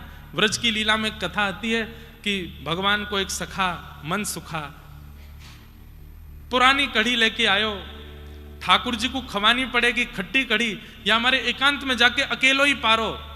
ठाकुर जी ने देखी, अरे मेरो सखा मनसुखा कहाँ है? बोले वो तो लाला एकांत में बैठो है। ठाकुर जी दौड़ करके गए तो मनसुखा मुख से लगा के कढ़ी पी रो। ठाकुर जी ने वहां को पात्र पकड़ो, अरे क्या कर रहे हो?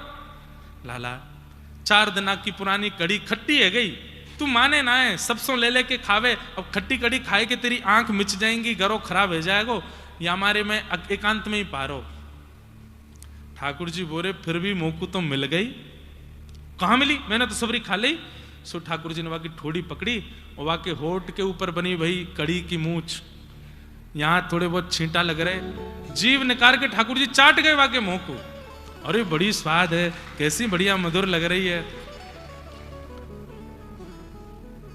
आज दधी हमारे अष्ट सखा गाते हैं, कैसी छाक लीला होती है ठाकुर जी की। वहां मन सुखा के मुंह पे लगी हुई कड़ी चाट गए, मन सुखा के नेत्रन से आंसू गिर रहे हैं। लाला तू इतनो प्रेम काय को करे हमसो? हम तेरे योग्य तो है ना, हम इतने श्रेष्ठ तो है ना, फिर भी तू हमसे इतना प्रेम क्यों करे? ठाकुर जी बोले तुम सब मेरे प्राण हो, तुमसे प्रेम ना करूं, तुम सब मेरो जीवन हो। कैसी छाक लीला। आज दधी मीठो मदन गोपाल, आज दधी मीठो मदन गोपाल। ऐसो दधी हम कबहू न चाख्यो, ऐसो दधी हम कबहू न चाख्यो। सुन गोकुल के नाथ,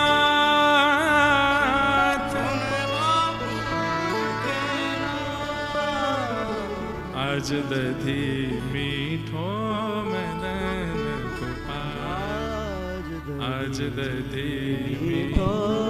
अपने हाथ से सब ग्वालन को ठाकुर जी दही दे रहे हैं और सब ग्वाल बाल सुंदर सुंदर बड़े बड़े पत्तरन के दोना बना बना करके कढ़ी पा रहे हैं, दही पा रहे हैं। कछु ग्वाल बाल रह गए और सबरी दही पूरी है गई। सो ठाकुर जी बोले जो नहीं पायो सुनो मेरे भैया, जो नहीं पायो सुनो मेरे भैया। अब बगल बंदी को ऐसे ऊपर करके ठाकुर जी दही दे रहे, सब यहां तक दही सनी भई है। जिनको दही नहीं मिली है वो कहा करो, जे नहीं पायो सुनो मेरे भैया, जे नहीं पायो सुनो मेरे भैया। मेरी हथेली चाट, मेरी हथेली चाट। अरे ऐसो प्रेमी कोई है सके? आप अपने सखा के साथ में एक थाली में भोजन कर रहे हो, भोजन करने के बाद कभी ऐसा होगा कि आप अपने सने भाई हाथ को ले भैया या कुछ चाट ले? कभी नहीं हो सकता। ठाकुर जी अपने सने भाई दही के हाथ को ग्वाल बालन को दे रहे हैं, अरे जे अंगूठा तेरो, जे वारी उंगली तेरी, ये उंगली तेरी, सबरे चाट ले। और सब ठाकुर जी के हाथ को चाट रहे हैं। आकाश में खड़े हुए ब्रह्मा जी बोले ना, ये भगवान नहीं हो सकते, ये परमात्मा नहीं हो सकते। और बस इसी संशय के कारण ग्वाल बालों का हरण करके ले गए। भगवान हाथ धोकर के यमुना जी से आए, देखा सब ग्वाल बाल कहाँ हैं, ढूंढा नहीं मिले, नेत्र बंद करके ध्यान लगाया तो पता चला कि ब्रह्मा हरण करके ले गया। ठाकुर जी बोले इस ब्रह्मा को इतनी हिम्मत। अब सोचो, जब ब्रह्मा जी की मति घूम सकती है ठाकुर जी की लीला पे, तो हम तो मानव हैं। भगवान ने सारे ग्वाल बाल अपने अंग से प्रकट कर दिए। श्री कृष्ण ही ग्वाल बाल बन गए, श्री कृष्ण ही गैया के बछड़ा बचिया सब बन गए। हमारे पूज्य नाना जी कितनी सुंदर बात बताते हैं यहाँ पे कि गोपियों के मन में आता था कि काश कन्हैया हमारो लाला हो, तो गैयान के आतो कि काश कन्हैया हमारे बछड़ा होते। आज ठाकुर जी ने सबकी इच्छा पूरी कर दी, सबके ग्वाल बाल बछड़ा बचिया सब ठाकुर जी बन गए। अब जैसे ही आज गौ चारण करके लौटे हैं, गोपियों को अपने छोटे गोद के बालकों से उतना प्रेम नहीं हो रहा है जितना प्रेम ठाकुर जी के सखाओं से हो रहा है। उनको गोद में लेके बैठी हैं, क्यों?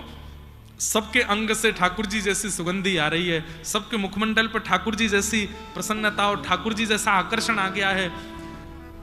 गैया भी सब इतनी मचल गई हैं, क्यों? वो बछड़ा बछिया जो ठाकुर जी के संग जाते हैं, उन सबको दूध पिलाने में अत्यंत सुख मिल रहा है, क्यों? सब ठाकुर जी बन गए। और एक आध दो दिन के लिए नहीं, 1 वर्ष के लिए ग्वाल बाल बछड़ा बछिया सब ठाकुर जी बन गए। ब्रह्मा जी ने अपना काम किया, ठाकुर जी ने उसमें भी एक स्वाद दे दिया, सब ब्रज को अपना आस्वादन करा दिया। एक दिन बलराम जी बोले, या ब्रजमंडल की स्थिति कुछ विचित्र सी क्यों लग रही है? बोले क्यों? इतनो प्रेम। गारी दे के बोले जहां पे ब्रज में वहां इतनो प्रेम। अरे गोपी बड़े बड़े ग्वालान को ऐसे गोद में लेके डोलें, इतनो पुचकारें, इतनो प्रेम करें, गैया कभी लात ना मारे, सबरे बछड़ा बछियान को अपने समीप रखे, इतनो प्रेम क्यों है रोए? दाऊ दादा तो शेषनाग है। नेत्र बंद करके ध्यान लगा करके देखा तो सब जगह कृष्ण है। आगे कृष्ण, पाछे कृष्ण, इत कृष्ण उत कृष्ण, जित देखूं उतित कृष्ण माई रे। इसलिए व्रज 84 कोस के एक कण भी ऐसा नहीं है जो ठाकुर जी के चरणों के स्पर्श से ना बचा हो, क्योंकि इतने असंख्य रूप धारण करके पूरे 84 कोस को पवित्र कर दिया ठाकुर जी ने। 1 साल बाद ब्रह्मा जी के मन में आया, अच्छा ब्रह्मा जी का 1 साल नहीं हुआ था, सतयुग त्रेता द्वापर इतनी जब 71 बार बीतते हैं तब ब्रह्मा जी का 1 दिन होता है, तो ब्रह्मा जी के तो चंद सेकंड ही निकले थे। ब्रह्मा जी बोले देखूं तो सही नीचे बैलूपिया कृष्ण कैसा होगा। नीचे आकर के देखा, सबरे ग्वाल बाल बछड़ा बचिया जितने ब्रह्मलोक में सब नीचे भी हैं। ब्रह्मा जी समझ गए मेरी जैसी कृति मैं भी दोबारा नहीं बना सकता, पर ये दोबारा बनाने की सामर्थ्य केवल परमात्मा में है। मैंने संशय करके भूल कर दी, भगवान से क्षमा मांग लेता हूं। ब्रह्मलोक गए थे बछड़ा बछियाओं को वापस लेने के लिए, इनसे पहले ठाकुर जी वहां पहुंच गए और ब्रह्मा बन करके बैठे हैं। ब्रह्मलोक में जैसे ही ब्रह्मा जी ने प्रवेश किया, देखा सामने सिंहासन पर शंख चक्र गदा पद्मधारी ठाकुर जी विराजमान हैं। चरणों में बैठ करके क्षमा मांगी, ठाकुर जी मुझे क्षमा कर दें, मुझसे अपराध हो गया, मैंने बहुत बड़ी गलती कर दी, मैं पहचान नहीं पाया आपके रूप को। तो बोले काय बात के ब्रह्मा हो, हमारे रूप माधुरी को नहीं पहचान पाते? तब ब्रह्मा जी ने स्तुति गा करके कई बातें यहाँ पर कहीं, बहुत सुंदर है स्तुति ब्रह्मा जी की, पर उसका भी हम केवल प्रणाम मात्र करते हैं।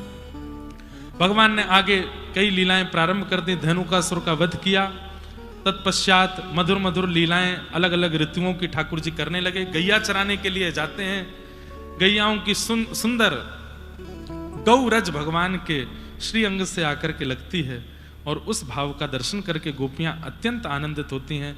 2 बार आग लगी, दोनों बार ठाकुर जी उसको पी गए। ब्रजमंडल की वेणु गीत का प्रसंग आता है जहां पर ठाकुर जी वेणु बजाते हैं और किलोमीटरों दूर बैठी घरों में गोपियों को ठाकुर जी की रूप माधुरी का दर्शन होने लगता है।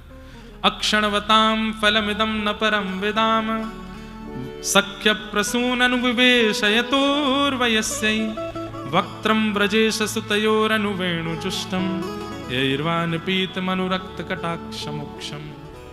गोपियां कहती हैं यदि आपके पास आंख हैं और इन आंखों से आपने दुनिया देखी लेकिन कभी श्याम सुंदर को गैया चराते हुए नहीं देखा, तो इन आंखों को पाने का कोई साफल्य नहीं।